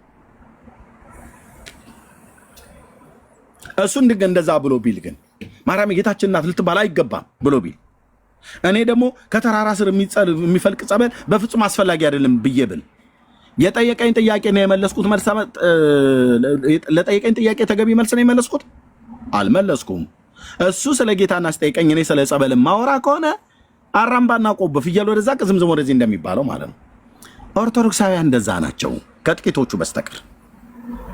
ረገጥ አድርገህ በመጀመሪያ የምታወሩትን ከንዴት ከስሜት ከብሽቀት ወጣችሁ ተናገሩ።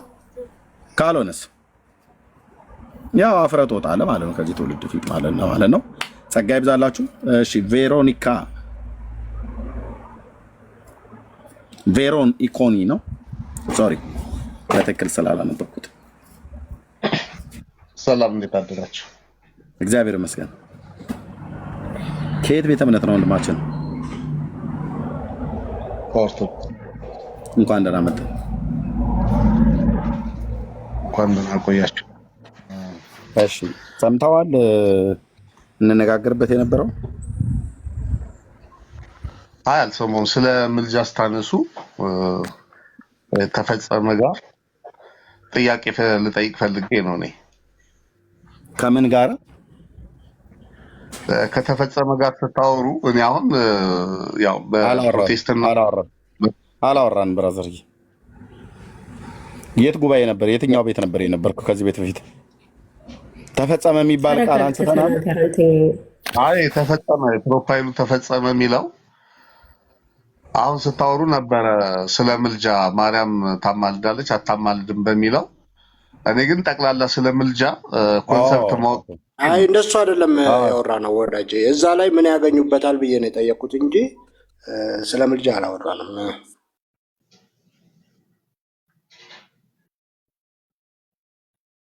እሺ መጠየቅ አልችልም? ትችላለህ፣ ጠይቅ። እኛም እንጠይቃለን። እኛ እንጠይቃለን። ትችላለህ፣ ጠይቅ። አሁን ምልጃ የሚለው ምልጃ ማለት ምን ማለት ነው?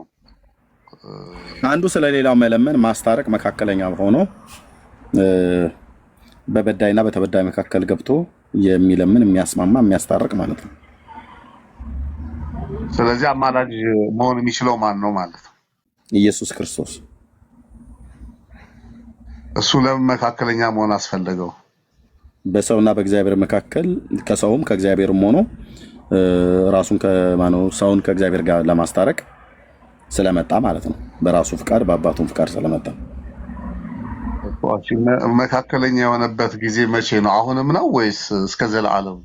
አዎ ከተወለደበትና ቀራንዮ መስቀል ላይ ከሞተበት ጊዜ ጀምሮ መካከለኝነቱ አሁንም ጭምር አለ።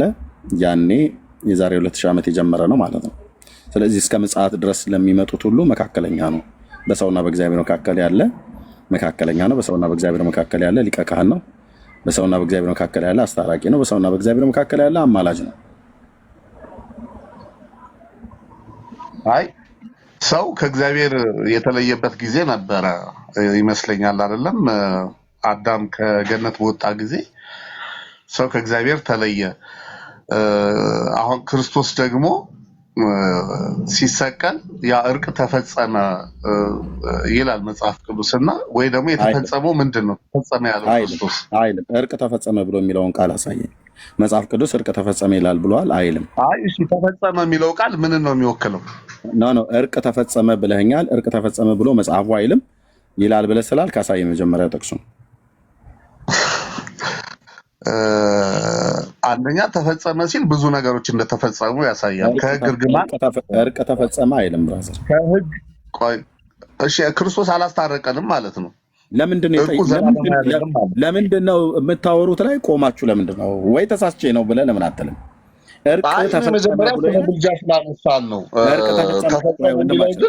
እርቅ ተፈጸመ ይላሉ ያቃል። እርቅ ተፈጸመ ይላሉ ያቃል። አንተ ለምን ለመመለስ ሌላ ቦታ ትሄዳለህ? እኔ ራስህ ነው ያልከው። እርቅ ተፈጸመ ይላል መጽሐፍ ቅዱስ አልከኝ። እባክህ ተፈጸመ የሚለው ምንድን ነው? መጀመሪያ ይህን ንገረኝ። ተፈጸመ ይላል ብለህ ስትል የተናገርከውን ከየት ነው ያመጣኸው? እዩዋቸው። ኦርቶዶክስ ማለት እንደዚህ ነው። እርቅ ተፈጸመ ብሎ ያለው ራሱ ነው። እርቅ ተፈጸመ ይላል መጽሐፍ ቅዱስ አለ። አንተ ለምን አትመልስልኝ? ተፈጸመ የሚለው ምን ነው? እየጠየኩህ ነው። እርቅ ተፈጸመ ብሎ የሚለው ቃል ከየት ነው ያመጣኸው ነው ያልኩህ። በመጀመሪያ ተፈጸመ የሚለውን መልስልኝና ከዛ በኋላ ሌላውን ነገር እታች ውረድ። እንደዚህ እያሳፈርኳችሁ፣ እንደዚህ እየተሸማቀቅ በራስህ አንደበት ያዳለጠህን እንኳን ይቅርታ አትጠይቅም። እኔ ጥያቄ ስጠይቅ አንተ ሌላ ጥያቄ፣ አይ ተሳስቼ ነው ዳጸ ልሳን ነው ይቅርታ ይባላል እኮ። እርቅ ተፈጸመ ይላል መጽሐፍ ቅዱስ አለ አይልም?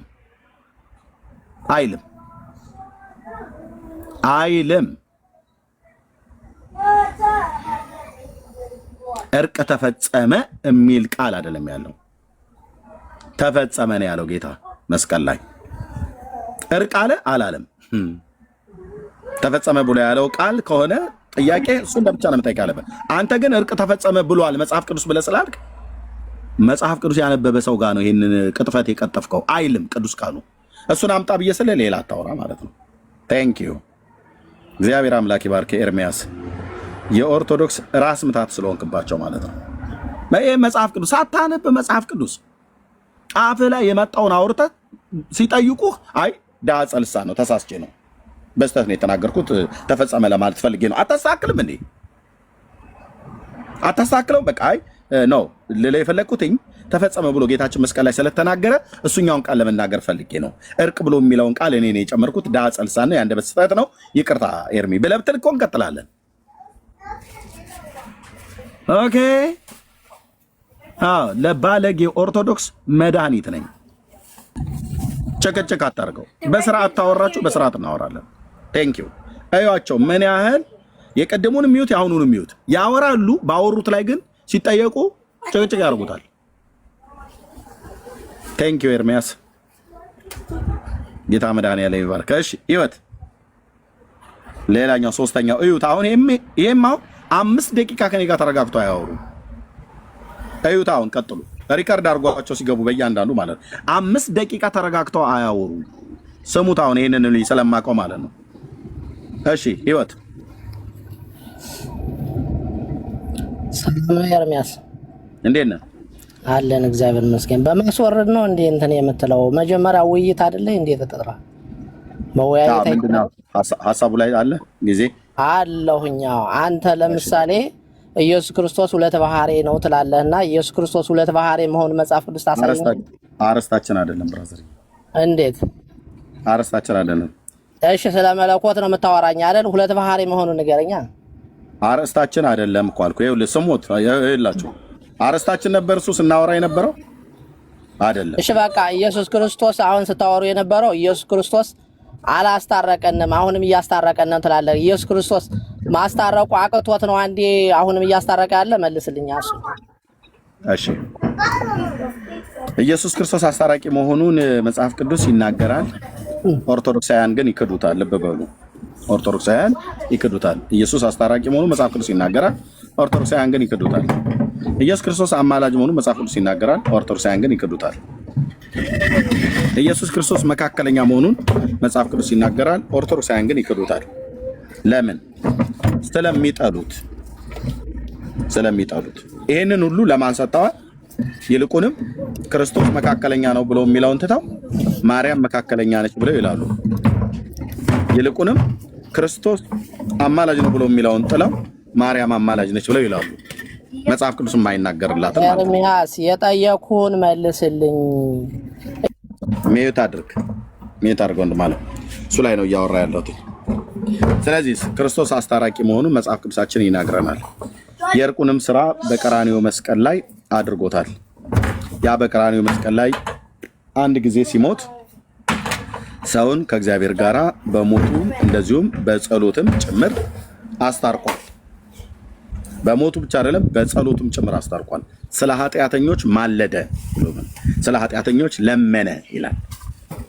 በልመና ሁሉ ጭምር ነው። በሞቱ ብቻ ሳይሆን በልመና ሁሉ ጭምር ነው ከአባቱ ጋር ያስታረቀን ማለት ነው። ስለዚህ የአንድ ጊዜ ያስታረቀው የዘላለም እርቅ ነው። የአንድ ጊዜ የማለደው የዘላለም ማማለድ ነው። ክህነቱ ዘላለማዊ እንደሆነ ሁሉ ያቀረበው በክህነት ውስጥ ያገለገለው አገልግሎት ሁሉ ዘላለማዊ ነው። እስከ ዕለተ ምጽአት እስከ ዳግም ምጽአት ድረስ ለሚመጡት ሁሉ ሲሰራ ይኖራል ማለት ነው። ስለዚህ መልሳችን ይሄ ነው። ቴንክ ዩ። የሊቀ ካህናት ስራው ምንድን ነው? አይ ብራዘርዬ መለስኩልህ። አይ የጠየኩህ ነው። እዚህ ላይ ሊቀ ካህን ሆኖ ነው እያማለደ ያለ ስላልከኝ አሁን በአብ ቀኝ የተቀመጠ ነው የሚለው እና በአብ ቀኝ ሊቀ ካህን ሆኖ ነው ያለው። በአብ ቀኝ የተቀመጠ ነው ብቻ የሚለው በአብ ቀኝ የተቀመጠ ነው የሚለው አልቆመም። ኖ የቆም ሊቀ ካህናት ማለት ቆሞ ነው አገልግሎት የሚሰጠው እና ሊቀ ካህንነቱ አሁንም እያገለገለ ነው የምትለው አንተ። የተቀመጠ አብ ግራና ቀኝ ኑሮት ነው። የጠየኩህን ስማኝ ወንድም ማለት ነው። የተቀመጠ ብለህ ስላልከኝ ኢየሱስ አልቆመም ወይ እያልኩህ ነው። በሰማያት የተቀመጠ ነው የሚለው የቆመ ሳይልም የተቀመጠ ነው የሚለው የቆመ ሳይልም ወይ ነው እያልኩ ያለሁት። የተቀመጠማ ይላል። የቆመ ሳይልም ወይ ነው እያልኩ ያለሁት። ይማልዳል ከሚለው እየተቀመጠ ነው የሚለው እናንተ ይማልዳል የምትሉትን ማለት ነው። የቆመስ አይልም ወይ ነው እያልኩ ያለሁት። ልብ በሉ። ሶስተኛ አላልኳችሁም? 5 ደቂቃ አይሞላም። አሁን ከሁለት ጥያቄ በኋላ እታች ይወርዳል ማለት ነው። ምክንያቱም ልብ በሉ የተቀመጠ ይላል። እኔ እየጠየኩት ያለሁት ምንድነው? የቆመስ አይልም ወይ እያልኩት ነው። መልስልኝ። የተቀመጠ ይላል። አዎ ልክ ነህ። ወነበረ በየማናቡ ይላል። በአባቱ ቀኝ የተቀመጠ ይላል። የቆመስ አይልም ወይ ነው እያልኩ ያለሁት። ቶሎ በል ጽዋህም ሙላው። ፈጣን አድርግና አንተ ታች ወርደ ሌሎች ይመጣሉ ማለት ነው። 5 ደቂቃ አያወሩም። የተቀመጠ ብሎ እንደሚለው መጽሐፍ እንደሚል መስክሬልሃለሁ። አንተ ያልከው ልክ ነው፣ ትክክል ነው ይላል። የተቀመጠ ይላል። የቆመስ አይልም ወይ ነው እየጠየቅኩ ያለሁት። አፍጥ ነው ስነ የጠየቁን መልስልኝ አልኩ መጀመሪያ። ነው ያው እየመለስኩልህ ነው። የተቀመጠ ብሎ እንደሚለው የቆመስ ይላል እና የተቀመጠ ምንድነው የሚለው? አሁን ሊቀ ካህንነቱ ያገለግላል ይማልዳል ማለት እታች ወረድ። እድል ተሰጥቷል። አየ እድል ተሰጥቷል። የተቀመጠ ይላል። የቆመስ አይልም ወይ ይላል። ይሄ የተቀመጠ ላሳያችሁ መጀመሪያ ሮሜ መልስ መጽሐፍ ምዕራፍ ማነው ሮሜ 8:34 ላይ በአብ ቀኝ ያለው ብሎ የሚለው ማለት ነው። ሶሪ ማነው ዕብራውያን መልእክት መጽሐፍ ምዕራፍ 1 ላይ ማለት ነው። ሶሪ ዕብራውያን መጽሐፍ ምዕራፍ 1 ላይ ጀምሮ እርሱ የክብሩ መንጸባረቅና የባህሪው ምሳሌ ሆኖ ሁሉም በስልጣኑ ቃል እየደገፈ ኃጢአታችንን በራሱ ካነጻ በኋላ በሰማያት በግርማው ዙፋን ቀኝ ማነው በግርማው ቀኝ ተቀመጠ ይላል። ያው መቀመጡን ይናገራል። እኔ ካድኩ አልካድኩም ግን የተቀመጠ ብቻ ነው ብሎ የሚለው ወንድሞች ኢየሱስ ስለ ኢየሱስ ክርስቶስ ሲናገር አይልም። የቆመስ ይላል አይልም ወይ ነው ሊመልስ አልፈለገም። ምክንያቱስ ኦርቶዶክሳዊ ነው። ኦርቶዶክሳዊ ነው። ጊዜ መፍጨት ነው የሚፈልገው። መጨቃጨቅ ነው የሚፈልጉት። ኦኬ አሁንም 4ኛ ገብቷል። ቀጥሉ፣ እዩ፣ ሪካርድ አድርጉ። 5 ደቂቃ ወይ 3 ደቂቃ አያወሩም። ያወራሉ፣ ሐሳብ ያነሳሉ። ከዛስ ጥያቄ ስጠይቋቸው ጥያቄ ጠይቀኝ እኔ መለስኩለት በአግባቡ። ጥያቄ ስጠይቋቸው ግን አራምባና ቆቦ ይረግጣሉ። ለምን? እላያቸው ላይ ቀጥሎ የሚመጣውን ነገር መቋቋም ስለማይችሉ ማለት ነው። ቴንክ ዩ። እሺ የመጣው ሰው እንዴት ነው ማነበው? ይሄ ምን አልከኝ? እንዴት ነው ስምን ማነበው? ይቅርታ ቆጫማ እባላለሁ። እሺ ቆጫማ እንዴት ነህ? ሰላም ከየት ቤተ እምነት ነው? ከኦርቶዶክስ ተዋህዶ ክርስቲያን ነኝ። ቴንክ ዩ። እሺ እየተነጋገርን ባለበት ላይ ታወራ ነው የመጣው? ቴንክ ዩ። ኦኬ ስለዚህ በመጀመሪያ ከቆጫማ ጋር ከመቀጠላችን በፊት ተቀመጠ ብቻ ብሎ የሚለውን ዕብራውያን መልእክት መጽሐፍ ምዕራፍ 1 ላይ ቁጥር 3 ላይ አንብባችሁ ብቻ አትቁሙ። ዕብራውያን 8 ላይ ስታነቡት ደግሞ መቆሙን ደግሞ ይናገራል። ይኸው መቆሙን ደግሞ ላሳያችሁ። ስለ ኢየሱስ ስታወራ ተቀመጠ ብሎ ይላልና የተቀመጠ የማይማልድ የተቀመጠ የማይሰራ አድርገህ አታውራ። ኦኬ ተቀመጠ ተብሎ ሲባል እኛ በርጩማ ላይ እንደተቀመጠ እንደዛ አይነት አይደለም። ኦኬ ወንድም አለም ከተናገርን ዋና ነገር ይሄ ነው። በሰማያት በግርማው ዙፋን ቀኝ የተቀመጠ እንዲህ አይነት ሊቀ ካህን አለን ይላል። ይሄ የተቀመጠ ደገመው ማለት ነው። የዕብራውያን 1:3 ላይ ያለውን እዚህም ጋር ደግሞ የተቀመጠ እንዲህ አይነት ሊቀ ካህን አለን ብሎ ካለ በኋላ ይታያቸዋል። የተቀመጠ ብሎ የሚለው ኦኬ ይኸውልህ የተቀመጠ ካለ በኋላ እርሱም የመቅደስና የእውነተኛይቱ ድንኳን አገልጋይ ነው፣ እሷም በጌታ ሳትሆን በሰው የተተከለች ናት ይላል። ኦኬ ስለዚህ በዚህ ክፍል ላይ እንደውም የግዕዙ ቃል ሊቀ ካህናት ዘይቀውም ሎሙ ለቅዱሳን በደብተራ ስም እንተ እግዚአብሔር ተከላ ውእቱ ኢየሱስ ክርስቶስ ነው የሚለው። ሊቀ ካህናት ዘይቀውም ሎሙ ለቅዱሳን ለቅዱሳን የሚቆምላቸው ብሎ ነው ግዕዙ የሚናገረው። እንደውም ቤት በዚች የምስክር ድንኳን ውስጥ የሚቆምላቸው ብሎ ይናገራል ማለት ነው።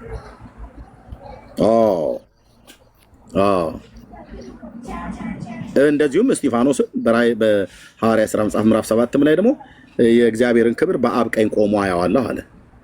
ኢየሱስ ሰማይ ሄዶ ተቀምጧል ተብሎ ሲባል ሄዶ በቃ የሆነ ዙፋን ላይ ቁጭ ያለ እና ቆመ ተብሎ ሲባል ደግሞ ሲጠየቁ የማይመልሱት እንዲህ አይነት መጽሐፍን ወቁ ብራዘር። ኦርቶዶክሳዊ ወንድሜ መጽሐፍን ወቅ ብራዘር። መተህ መጽሐፍ ቅዱስ ከሚያውቅ ሰው ጋር መነጋገር ማለት ድንጋይን ወደ ተራራ የመግፋት ያህል ነው። እናንተን ማምጣት ወደ ቃሉ ማለት ነው። ቁጭ ብለህ ቤት ያላነበብከውን ቃል እንዴት ከጴንጤ ጋር ልትነጋገሩ ደፈራችሁ? ወንድሞች እናቶች ኢብን ጴንጤዎች እንኳን ብንሆን መጽሐፍ ቅዱስን ሳናነብ እንዴት መጽሐፍ ቅዱስን ካነበበ ኦርቶዶክሳዊ ካቶሊካዊ የሚሆን አይሁድ ጋር ልትነጋገር ደፈር? ቁጭ በልና አንብብ በመጀመሪያ የአምላክ ቃል ምን ይላል፣ የቱ ጋር ምን ይላል። ቴንክ ዩ ተቀማላችሁ ማለት እሺ። ቆጨማ የሰማው ሐሳብ አላል ስንነጋገር አለ። እስኪ ድገምና እስኪ ኖ ምንድነው ስለሰማ የትኛውን ሐሳብ ነው የሰማው? በዛ በተሰማው ሐሳብ ላይ እንነጋገር። ሰምተን የገባው ያው ገስት ስለላክልኝ ያስገባው አንዳንድ አሁን ለምሳሌ በፕሮቴስታንት ክርስቶስ አሁንም ይሟደዳል ይለምናል ትላላችሁ። አሁን መጽሐፍ ቅዱስ ይላል፣ ግን ከዛ በኋላ ደግሞ እኔ ግን ስለናንተ አብን የምለምን እንዳይመስላችሁ አይደለሁም ብሎ ይናገራል አይደለ? የቱ ጋር ነው እንደዛ የሚናገረው? እኔ እንጃ ምዕራፍና ቁጥሩን ግን በእርግጠኝነት አለ። አሁን ልሰጥህ እችላለሁ እንትን ብዬ አምጣው። እሺ አንዴ እንዳታስወርደኝ አንዴ። ችግር የለም። ሌላ ሰው ካለ መምጣት ይችላል። ኤርሚ የድምፅን አሰማ እና እንደውም አንተም ተናገር፣ እኔ እሰማለሁ። እነኚህ የዚህን ያህል ካወሩ ሌሎቹም ገብተው በትክክል የሚያወሩም ሰዎች አይደሉም። እኔ እኮ ስንት እኮ የተባረኩ እኮ ሰዎች ባሉበት እኮ ነው ምኑ ጠፋና ምኑ አንቧጮ ምናምን ነገር ተብሎ እንደሚባል ማለት ነው። ስለ ሃይማኖት እንዴት የእግዚአብሔርን ቃል ሰው ሳያነብ እንዴት ይመጣል? ነውር እኮ ነው ወንድሞች እናቶች። እኔ ከራሴ ወገኖች ልጀምር። ጴንጤ የሆነ መጽሐፍ ቅዱስን ሳታነብ ስለ ሃይማኖት ልትነጋገር የትኛውን ቦታ ላይ ከገባ በጣም ድፍረት ነው።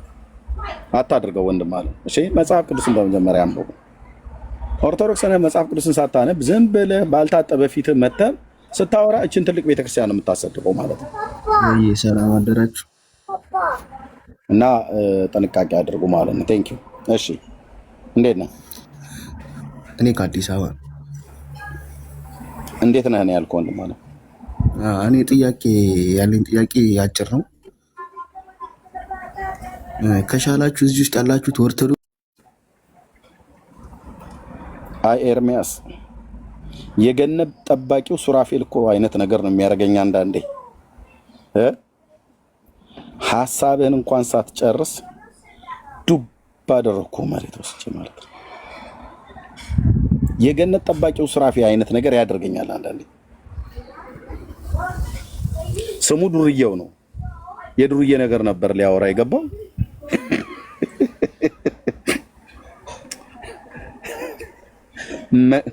መቅሰፍት ሆንኩበታ። የገብርኤል ሰይፍ እንኳን የገብርኤል መብረቅ እንኳን የዚህና ላይ አይወረወርም። ሲጀምር ገብርኤል መብረቅ ሲኖረው አይደል እንዴ? የለው። መብረቅን ያለው እግዚአብሔር ነው። መባረቅትን የሚያዘው በኢዮብ መጽሐፍት ላይ እግዚአብሔር ነው እንደዛ የሚያዘው ማለት ነው። ዶርየው ተቀደምክ። የገባው ልትሳደብ ነበረ፣ ተቀደምክ ማለት ነው። እታች ታፕ ኮፒ ሊንክ ሼር አድርግ። ታፕ ኮፒ ሊንክ ሼር አድርግ።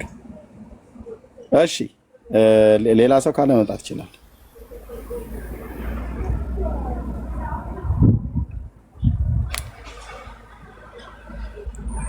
እሺ ኢየሱስም ሆነ አይሻልም እንደ ሸባው ኢየሱስ ነኝ አትልም እንደ ገብርኤልማ እንዴት ታንተ እኩል እኮ አይሆንም። ትበልጠዋለህ አንተ ሌባ ታጭበረብራለህ አይደል? ይሄን አረ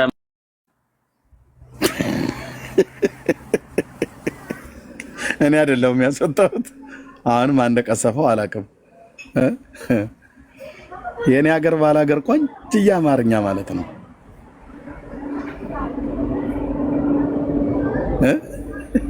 እንደወረደች የሆነች በቃ ኦሪጂናል የሆነ ባላገርኛ አማርኛ ይላል። ይሄ ነው የኔ ሀገር አማርኛ።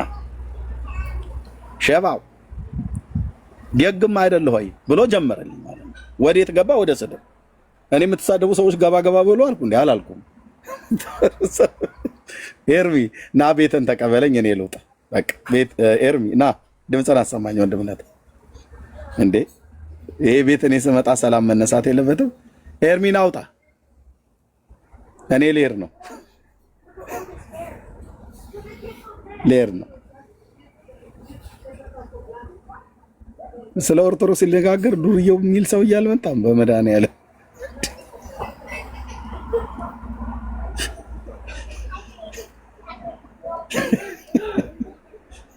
ምን ሆናችሁ ነው ግን ወንድሞቼ፣ እናቶቼ፣ ወገኖቼ?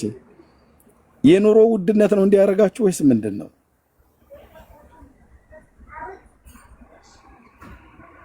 ኤርሚ ፕሊስ፣ ካልሆነ እኔ ለውጣ ነው እና በቃ ሩዮቹ ገብተው እንዲጫወቱ ይሁን ማለት ነው።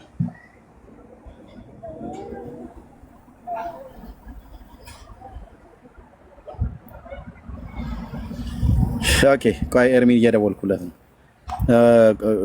ቆምጬ ነው ቀጫሞም የተባለው ተኝቶ ቀረ እኮ ገብቶልህ ማለት ነው። ኤርሚሻና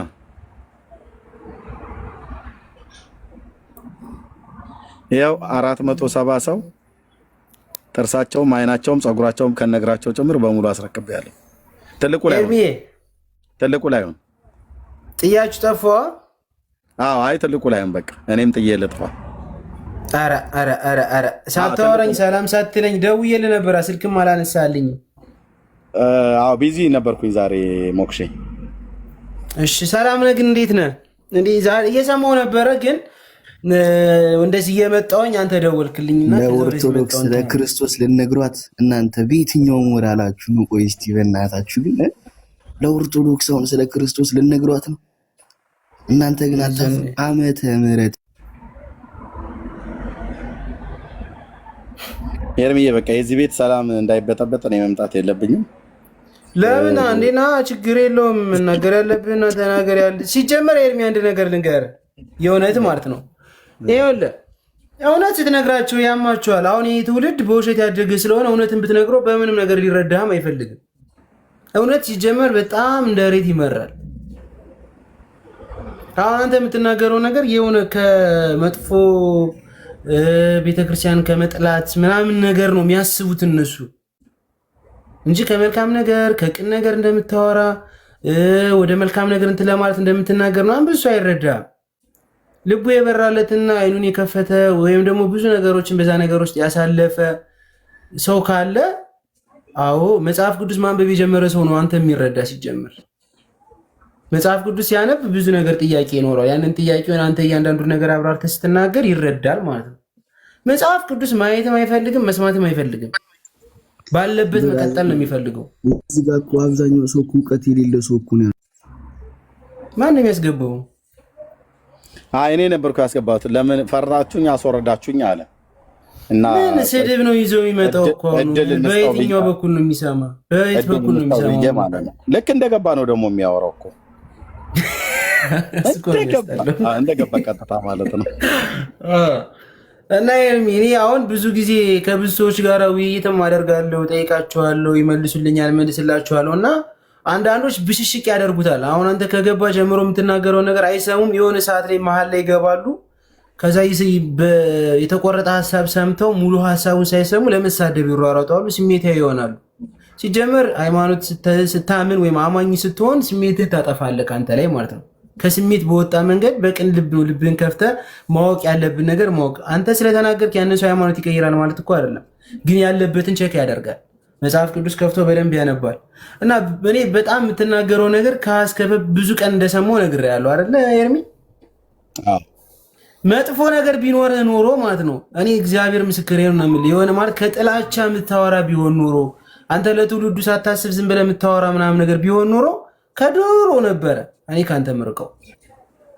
ግን የምትናገረው ነገር አንደኛ ማስረጃ ይዘህ ነው። ሁለተኛ ነገር ትውልዱ መዳን ያለበትን ትክክለኛውን መንገድ መዳን ያለበትን ማወቅ ያለበትን መንገድ እየጠቆምከው ነው። ይሄ ነገር እኮ የልፋት የድካም እኮ እግዚአብሔር አንድ ቀን እኮ ያወጣዋል። እውነት ለመናገር ይወጣል። እውነቴን ነው የምልህ። የሆነ ጊዜ ያልፍና የሆነ ሰዓት ላይ ሁሉም ያውቃል አንተ ልክ እንደሆንክ የዛን ጊዜ ይረዳሉ።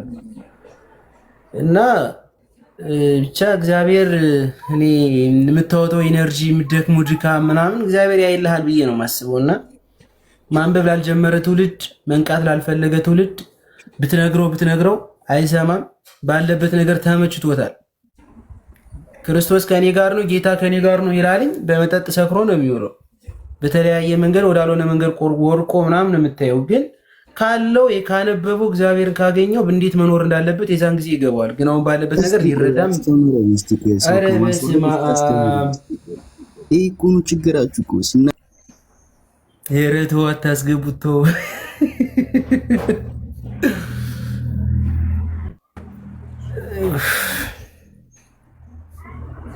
እሺ ወንድምነት እኔ ግን ማለት የምፈልገው ታላቅ ወንድማችን ኤርሚ የእውነት ጌታ ኢየሱስ አብስቶ ዘመንህን ዘላለምን ይባርክ። አንተ እኔ ከ15 ዓመት ኢቭን ከ17 ዓመት በፊት ነው ማውቅህ ኤርሚ። አንተ በሰበከው ወንጌል ስንቱ ህዝብ እንደዳነ ጌታ ያውቀዋል። ምክንያቱም ያው ምስክሮች አለን፣ ያው ምስክሮች አሉ ማለት ነው። በጣም ከምን በላይ የምደነቀው ግን አንተ ለኦርቶዶክስ ህዝብ በጣም እንደጠቀምከው ግን ይሄን ማሰብ አለብክ። ከወንጌል አማኙ ይልቅ በኦርቶዶክስ ላለው ህዝብ ወይ ደግሞ ለኦርቶዶክስ ቤተክርስቲያን ምን ያህል እንደጠቀምካት ራሷን እንድታይ እንዳደረካት እግዚአብሔር ያውቃል። ደግሞ ያንን ማየት ያለብህ በፍሬ ነውና እየዘራ ያለው ዘር የእውነት ቃል የህይወት ቃል ነገ የሚበቅል ፍሬው የሚታጨድ ወደ ጎተራ የሚገባ ስለሆነ በዚህ ደስ ይበልህ። የእውነት ልብህ ሐሴት ያድርግ። በአንተ ደስ ይለናል። ጌታ አንተን የመሰለ ልጅ ስላለ በቃ እግዚአብሔር የሚኮራበት የሚተማመንበት ትውልድ ስላሉ በዚህ ሐሴት እናደርጋለንና በጣም ነው የምወደው ወንድምነት። ተባረክ እጅግ በጣም ማለት ነው። ይኸው ከስር የሚከተሉትና ኤርሚያስ አሉ፣ ሌሎችም አሉ። ብዙ ትውልድ አለ። እግዚአብሔርን አክብር፣ ሐሴት አድርግ። እኔ አላቅም እድል አግኝቼ አንተን ለማውራት በራሱ እድል ማግኘቴ በጣም ሐሴት አድርጌያለሁ። ተባረክ። ወንድምሽ ነኝ፣ በጌታ ወንድምሽ ነኝ። በቃ ጌታ ነው ያደረገውን ነገር ሁሉ ክብሩ ለጌታ ይሁን። እግዚአብሔር ይባረክ። የሚረዱ ሰዎች አሉ። እዚህም እኮ ገብተው የሚናገሩ ሰዎች ቅድም ኤርሚሻ እንዳልከው ሳይረዱ እኮ ቀርቶ አይደለም። ምንድነው በሮሜ መጽሐፍ ምዕራፍ 2 ላይ ሲናገር ሐሳባቸው እርስ በርሳቸው ሲካሰስባቸው ብሎ የሚል ቃል አለና እዚህ የሚነገረው እውነት በመረጃ ላይ የተደገፈ እውነት ስለሆነ የምናወራው ነገር ሁሉ ከህሊናቸው ጋር ሲጋጭባቸው ሲጣላባቸው መመለስ እኮ ያባት ነው። ካልመለሱም ደግሞ አይ ጠይቄ እመጣለሁም ብሎ ነገሩ ላይ ማሰብ ተገቢ ነው። እና አንድ ሰው ወደ ስድብና ወደ ማንጓጠጥ ወደ ብሽቀት ከገባ በቃ እመኑኝ አልኳችሁ ውስጡን አፍርሶታል እግዚአብሔር ማለት ነው። በተናገርኩት ነገር ውስጡን አፍርሶታል። ለዘላለም የተቀመጠን ነገር አፍርሶበታል ማለት ነው። ያን ደግሞ በቃ ጥርስን ነክሰ ነው መቻል ያለበት። ጴንጤውን፣ ኦርቶዶክስ፣ ካቶሊኩን ማንም አይሁድ የተነገረው የእግዚአብሔር ቃል እውነት ከሆነ እና አንተ የተቀበልከው ወይኔ የተቀበልኩት ለዘመናት አንቄ ያስኩት ውሸት ሆኖ ያ እውነት ሲነገር ያንን ውሸት ውስጥ ሲያፈርሰው ትበሳጫለህ። በመጀመሪያ ቁጣ ነው የሚያመጣው ውስጥ ማለት ነው። እና ያንን ታግሶ መስማት ተገቢ ነው። ካልሆነም እኔ እየተሳደባችሁም ስሙ። ግን እንዴት ነው ወንድሞች እናቶቼ? ግን አዶ ነው። ቆይ ኤርሚሻ ዞር አለ መሰለኝ። እዚህ ጋር አንድ ሰው ጥያቄ ብጠይቅ ለምሳሌ መጥቻለሁ ኤርሚዬ። እሺ ኤርሚዬ፣ እስቲ አንተው ምሳሌ ላርግና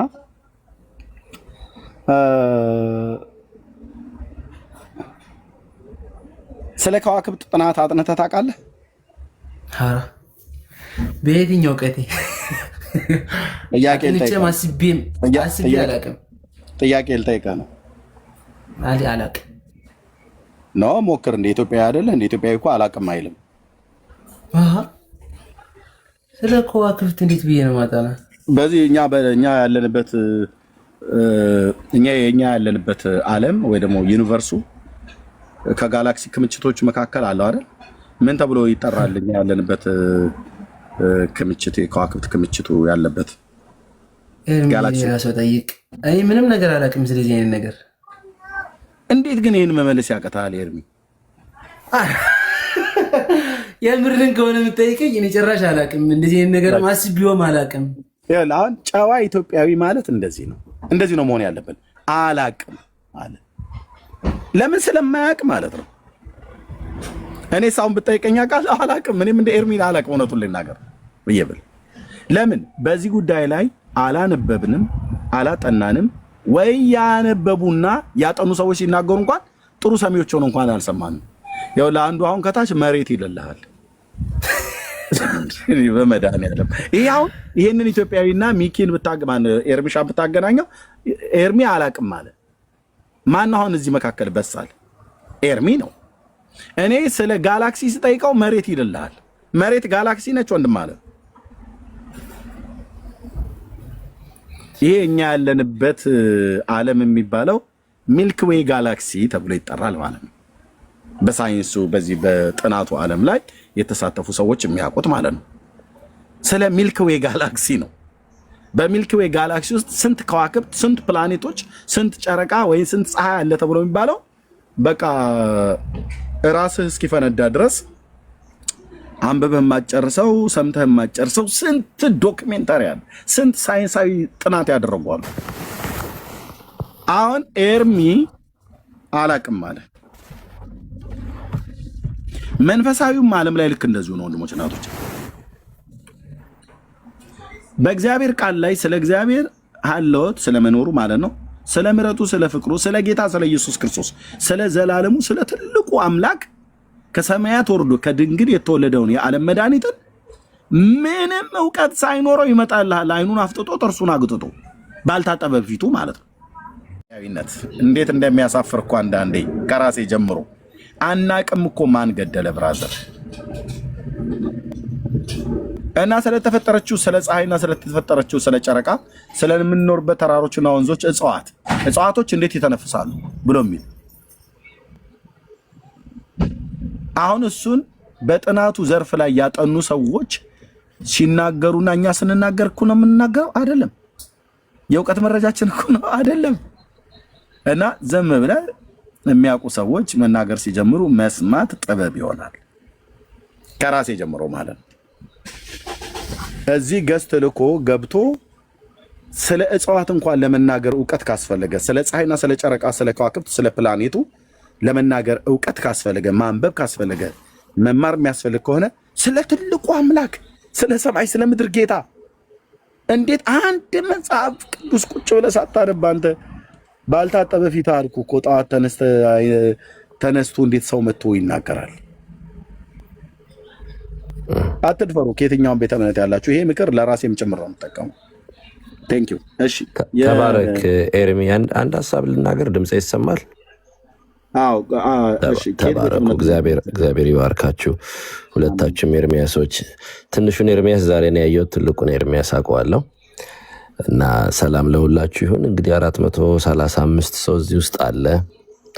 እና እንግዲህ መልእክቱን አሁን የምናገረውን ነገር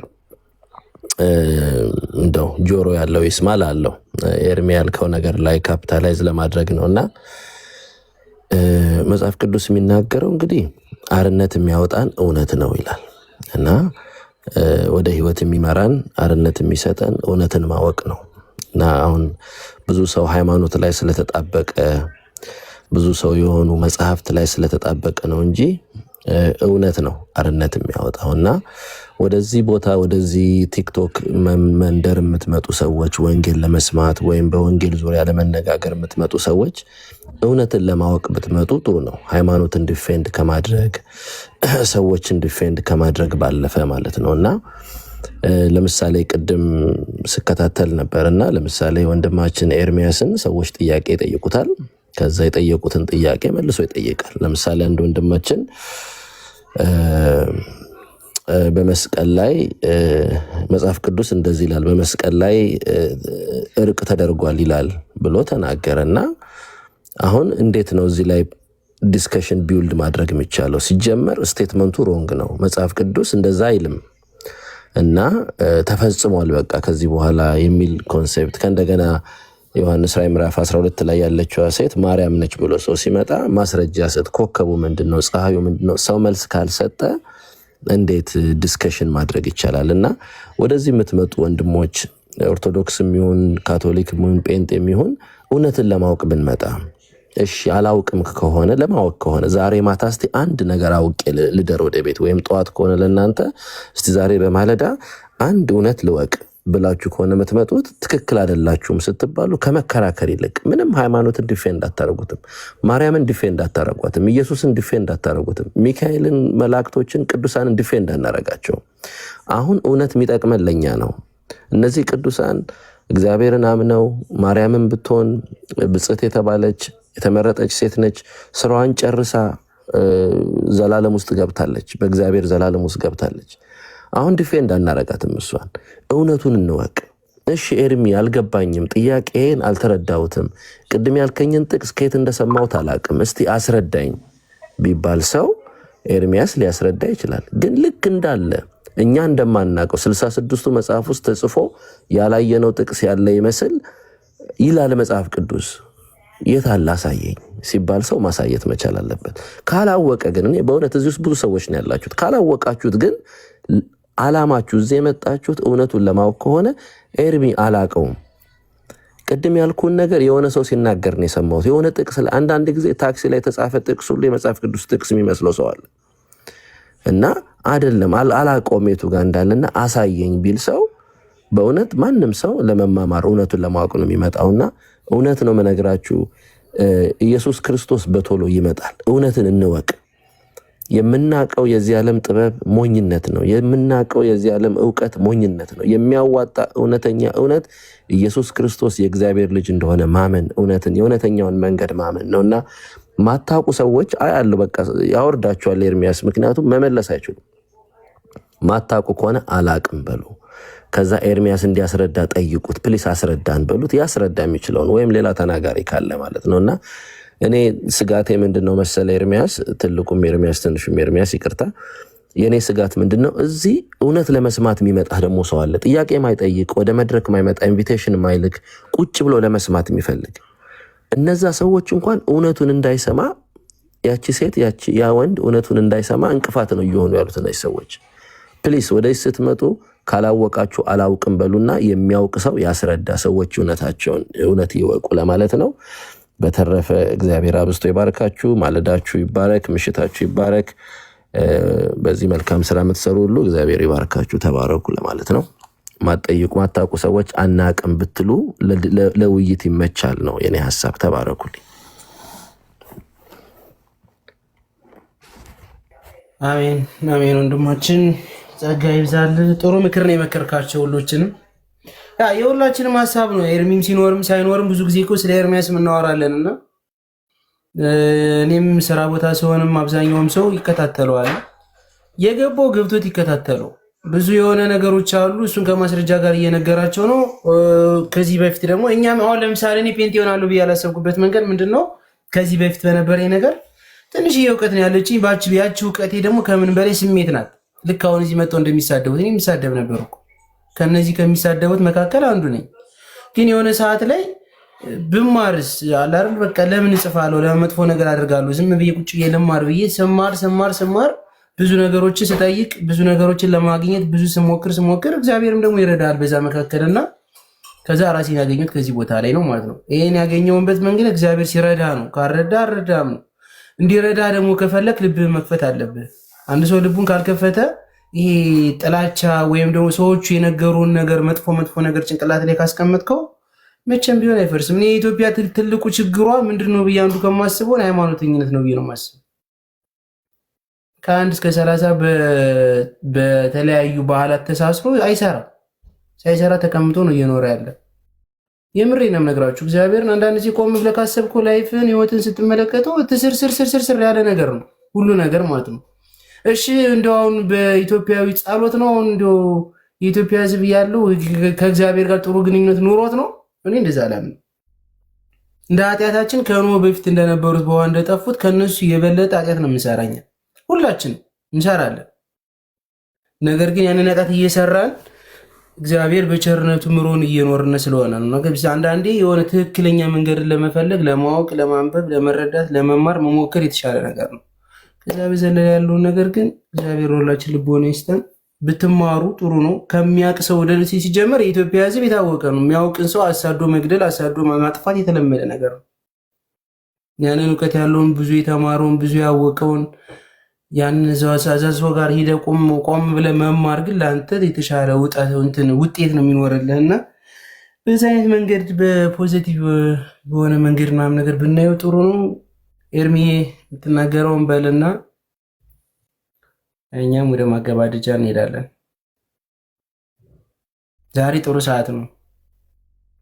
እሺ ቴንክ ዩ ኤርምሻ ተባረከ። ወንድሞች መጥተዋል። አይ ቲንክ ሰላም ይበሉ፣ የሚሉትም ነገር ካለ ይበሉ።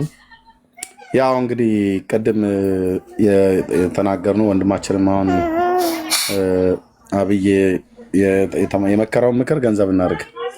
ስለ አንድ ነገር ስለማንም ማለት ነው። ይህን ስለ ግለሰቦች እንኳን ተነስተን ኤርሚያስ ማን ነው? እዚያውን ፊት ለፊት ላይ የምናየው ኤርሚያስ ማን ነው? የት ነው የተወለደው? የማን ልጅ ነው? አባቱ ማን ይባላል? እናቱስ? ስንት ወንድሞች አሉት? ስንት ልጆች አሉት? የት አካባቢ ነው የተወለደው? ኢትዮጵያ ውስጥ ነው ወይ ሱዳን ነው? አሜሪካ ነው ወይስ ካናዳ ነው? ምንድን ነው የሚወደው? ከሚበላቸው ነገሮች፣ ከሚጠጣቸው ነገሮች ብዙ የሚያዘወትረው ምን ላይ ነው? እምነቱ ምንድን ነው? በእምነቱ ላይ ያለ ጥንካሬ ምን ይመስላል? ቁመቱ፣ የሰውነቱ ክብደት ምናምን በቃ አላል። ይሄንን ለመናገር ቢያንስ ወይ ኤርሚያስን በአካል ማወቅ ይጠበቃል፣ ወይ ኤርሚያስን በአካል የሚያውቁት አብረው ያደጉ ሰዎችን እነሱን መስማት ይጠበቃል፣ ወይ ስለ ኤርሚያስ የተጻፈ ነገር ማንበብ አለብን። እንዴት ነው ምንም የማላውቀውን ሰውዬ ምን ይሄ እዚያውን የምታየው ፊት ለፊት ላይ ኤርሚያስ እሱ እኮ ማለት ነገረኛ ነው ብለህ ዝም ብለህ በማታውቀው ሰው ላይ ይነገራል? አይነገርም። እሱ እኮ ማለት ደግ ሰው ነው ብለህ የማታውቀውን ሰውዬ ደግነት ብለህ ትመሰክራለህ? አይመሰከርም።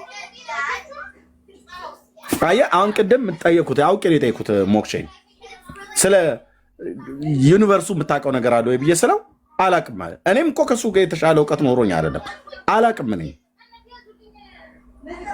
አላቅም ብሎ አለ እንጂ ዩኒቨርስ ማለት አንድም ዩኒቨርሳል የሚባል ጫማ ቤት አለ አዲስ አበባ ብሎ አላለም። አየህ፣ ዩኒቨርስና ዩኒቨርሳል የተለያዩ ስለሆኑ ማለት ነው። ዩኒቨርሳል ጫማ ፋብሪካ እና ዩኒቨርሱ ሁለቱ ሰማይና ምድር ናቸው። ያው ዩኒቨርስ ማለት ዩኒቨርሳል ማለት ነው ብሎም አላለም። እኔ ግን እንደሚመስለኝም ብሎም አላለም። በደፈናው የማያውቀው ነገር ስለሆነ አላቅም ነው ያለው። ይሄ የጠቢባን መልስ ይባላል። በቃ እኔም እንደዚህ ነው መመለስ ያለብኝ በማላውቀው ላይ ስጠይቅ። ህዝባችን ግን አይታችሁት ከሆነ እራሳችሁንም ታዝባችሁ ከሆነ በማናውቀው ነገር ላይ ስንደርቅ የምንገኘው ነገር እኔ በጣም ነው የሚያስጠላኝ አልኩ። ራሴን በጣም ብዙ ጊዜ አይቼው አግኝቼው ታዝቤ ሁሉ አውቃለሁ። ከራሴ ነው የምጀምርልህ ብራዘር። ኦኬ፣ በማላውቀው ነገር ላይ ኮሜንት ለመስጠት ሐሳብ ለመስጠት አንድ ጊዜ ቆይ ስሙኝ፣ እኔን እኮ ብትሰሙኝ ምናምን ነገር ማስተር ኪው እኔ ጋር ነው ያለው። ምንም እኮ አላውቅም፣ ምንም እኮ አያውቅም። እና ቢያንስ ስለ ጌታ ስለ እግዚአብሔር ለመናገር ቢያንስ እንደ አነሰ ተብሎ ይባል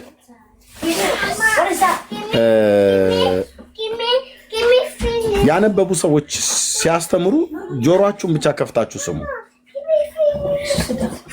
ወይ የተማሩ ሰዎች የጻፉትን መጽሐፍ ካለ አንብቡ። ወይንም ከሁሉ በላይ የመጀመሪያው ከምንም በላይ የአምላክን እግዚአብሔርን ቃል መጽሐፍ ቅዱስን ቤታችሁ ቁጭ ብላችሁ አንብቡ። ዋናውኛና ፒላሩ እሱ ነው።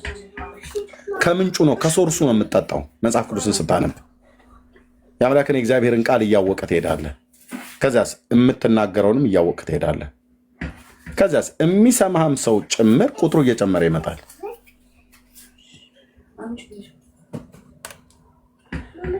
ኤርሚ ብዙ ሰው ይሰማሃል ይሉኛል።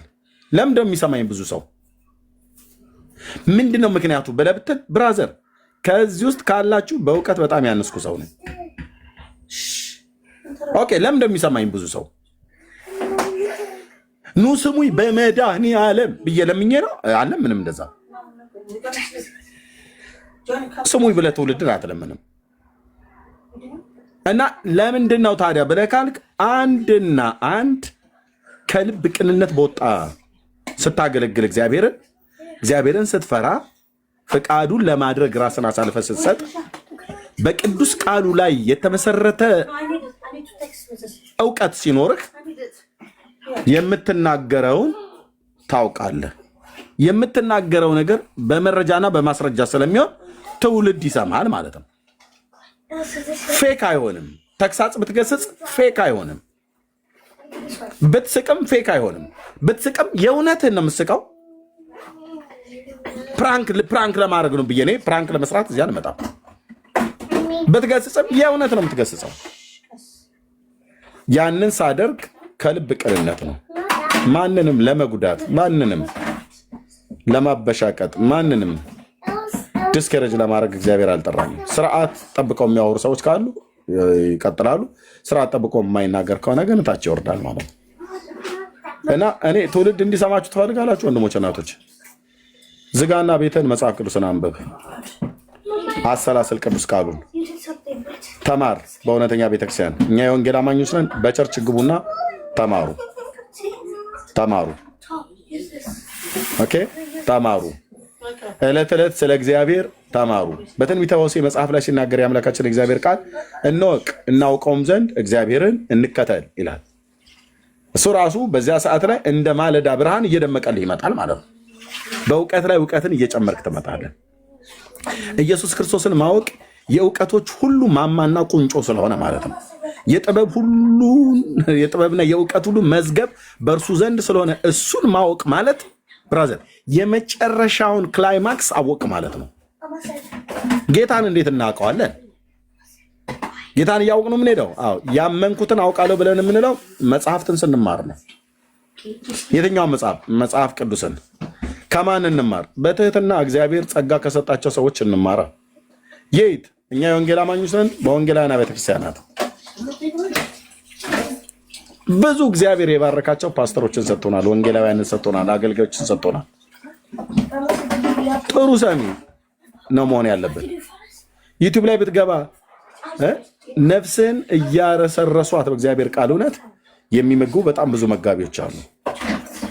ከዛስ መጽሐፍ ቅዱስን በግል ማንበብ፣ ከዛስ ከቅዱሳን ጋር በህብረት ማጥናት፣ ስለ እግዚአብሔር ለማወቅ ወደ እግዚአብሔር ዕለት ዕለት በጸሎት ቃሉን በማንበብ ራስን በንጽህና በቅድስና በጽድቅ ጌታን በሚፈራ ህይወት መመላለስ። እድገት በአንድ ቀን አይመጣም፣ ግን በቃ የእውነት ልንገራችሁ፣ ጌታ ኢየሱስ ምስክር፣ ውስጥ እየተለወጠ ይመጣል። ውስጥ እየተለወጠ ይመጣል። ውስጥ እየተለወጠ ይመጣል። ዛሬ ለማገልገሌ ባለፍኩባቸው የህይወት ዘመናት ብዙ ቀናቶች፣ ብዙ ሳምንታት፣ ብዙ ወራቶች፣ ብዙ አመታት ቀጥቀጣው ነው ያስተማሩኝ የጴንጤዎቹ አገልጋዮች። እኔም ቀጥቅጬ ነው የተማርኩት። እንዲህ ሆናለሁ ብዬ አላሰብኩም። እኔ ለራሴ ለህይወት ነበር የተማርኩት። እንደዚህ አገልጋይ ሆናለሁ ብዬ አስቤ አላውቅም ነበር። ጌታ ግን በመጥራቱ አይጸጸትምና እሱ የዘላለም ሀሳቡን ስለሚያውቅ ይሄን እናደረገ ማለት ነውና ፕሊዝ። ለዚህ ነው ጴንጤ ሲናገር ደርዝ ያለው ነገር የሚናገረው። ለምንድን ነው ብለህ ብትል ልዩነታችን ከሌላ ህዝብ የአምላክን የእግዚአብሔርን ቃል ነው የምናወራው። መሰረታችን እሱ ላይ ነው እና ፕሊስ የእግዚአብሔርን ቃል እናንብብ፣ እናጥና። ምንም ሳታውቁ ዝም ብለህ ስለ ትልቁ ስለ እግዚአብሔር እኔ ኦርቶዶክሳውያን ይህችን ተናግሬ ለሌሎች ወንድሞች ልስጥ። እናንተ ጴንጤን ያበሸቅህ መስሎህ መናፍቅ፣ በሰልባጅ የመጣችሁ በስንዴ የገባችሁ እንደ አረም የበቀላችሁ እንደ አሸን የፈላችሁ እንደ ጉንዳን የበዛችሁ እያላችሁ በመንገድ ላይ በሐዘን ቦታ፣ በደስታ ቦታ፣ በቤተሰብ መካከል የትኛውም ሰው በሚሰባሰብበት መካከል ባገኛችሁ ቁጥር ስታበሽቁት ጴንጤን ላይበሽቃችሁ መስሏችሁ ስትሳደቡ ጌታ ይባርክ እያለ እሱ ቤት እየሄደ መጽሐፍ ቅዱስን እየተማረ ነበር። መጽሐፍ ቅዱስን እያነበበ ነበር። ጴንጤ ወገን ማለት ነው። ልንገሯችሁ ወንድሞች፣ በተለይ ኦርቶዶክሳውያን ስሙ ልንገራችሁ። እኛ ጴንጤን መሳደብ አቁሙ ብያለን። ሙልጭ አድርገህ እየጠራርክና እናሰደበኝ።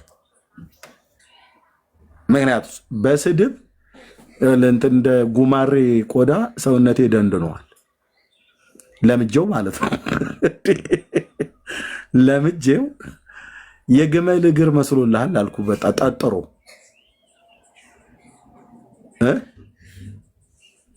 በቃ የመጨረሻ ቆይ ምን ብዬ ልስጥ? ኤርሚያስን ዘሩ ጋር ሂድ፣ ዘሩ ጋር ብሔሩ ጋር ሂድና ምናምን ነገር ብለህ ብራዘር፣ ስለ ብሔሬ የሞትኩ ነኝ እኔ። እንዳንተ ደረቴን ስነቃ አሉልም።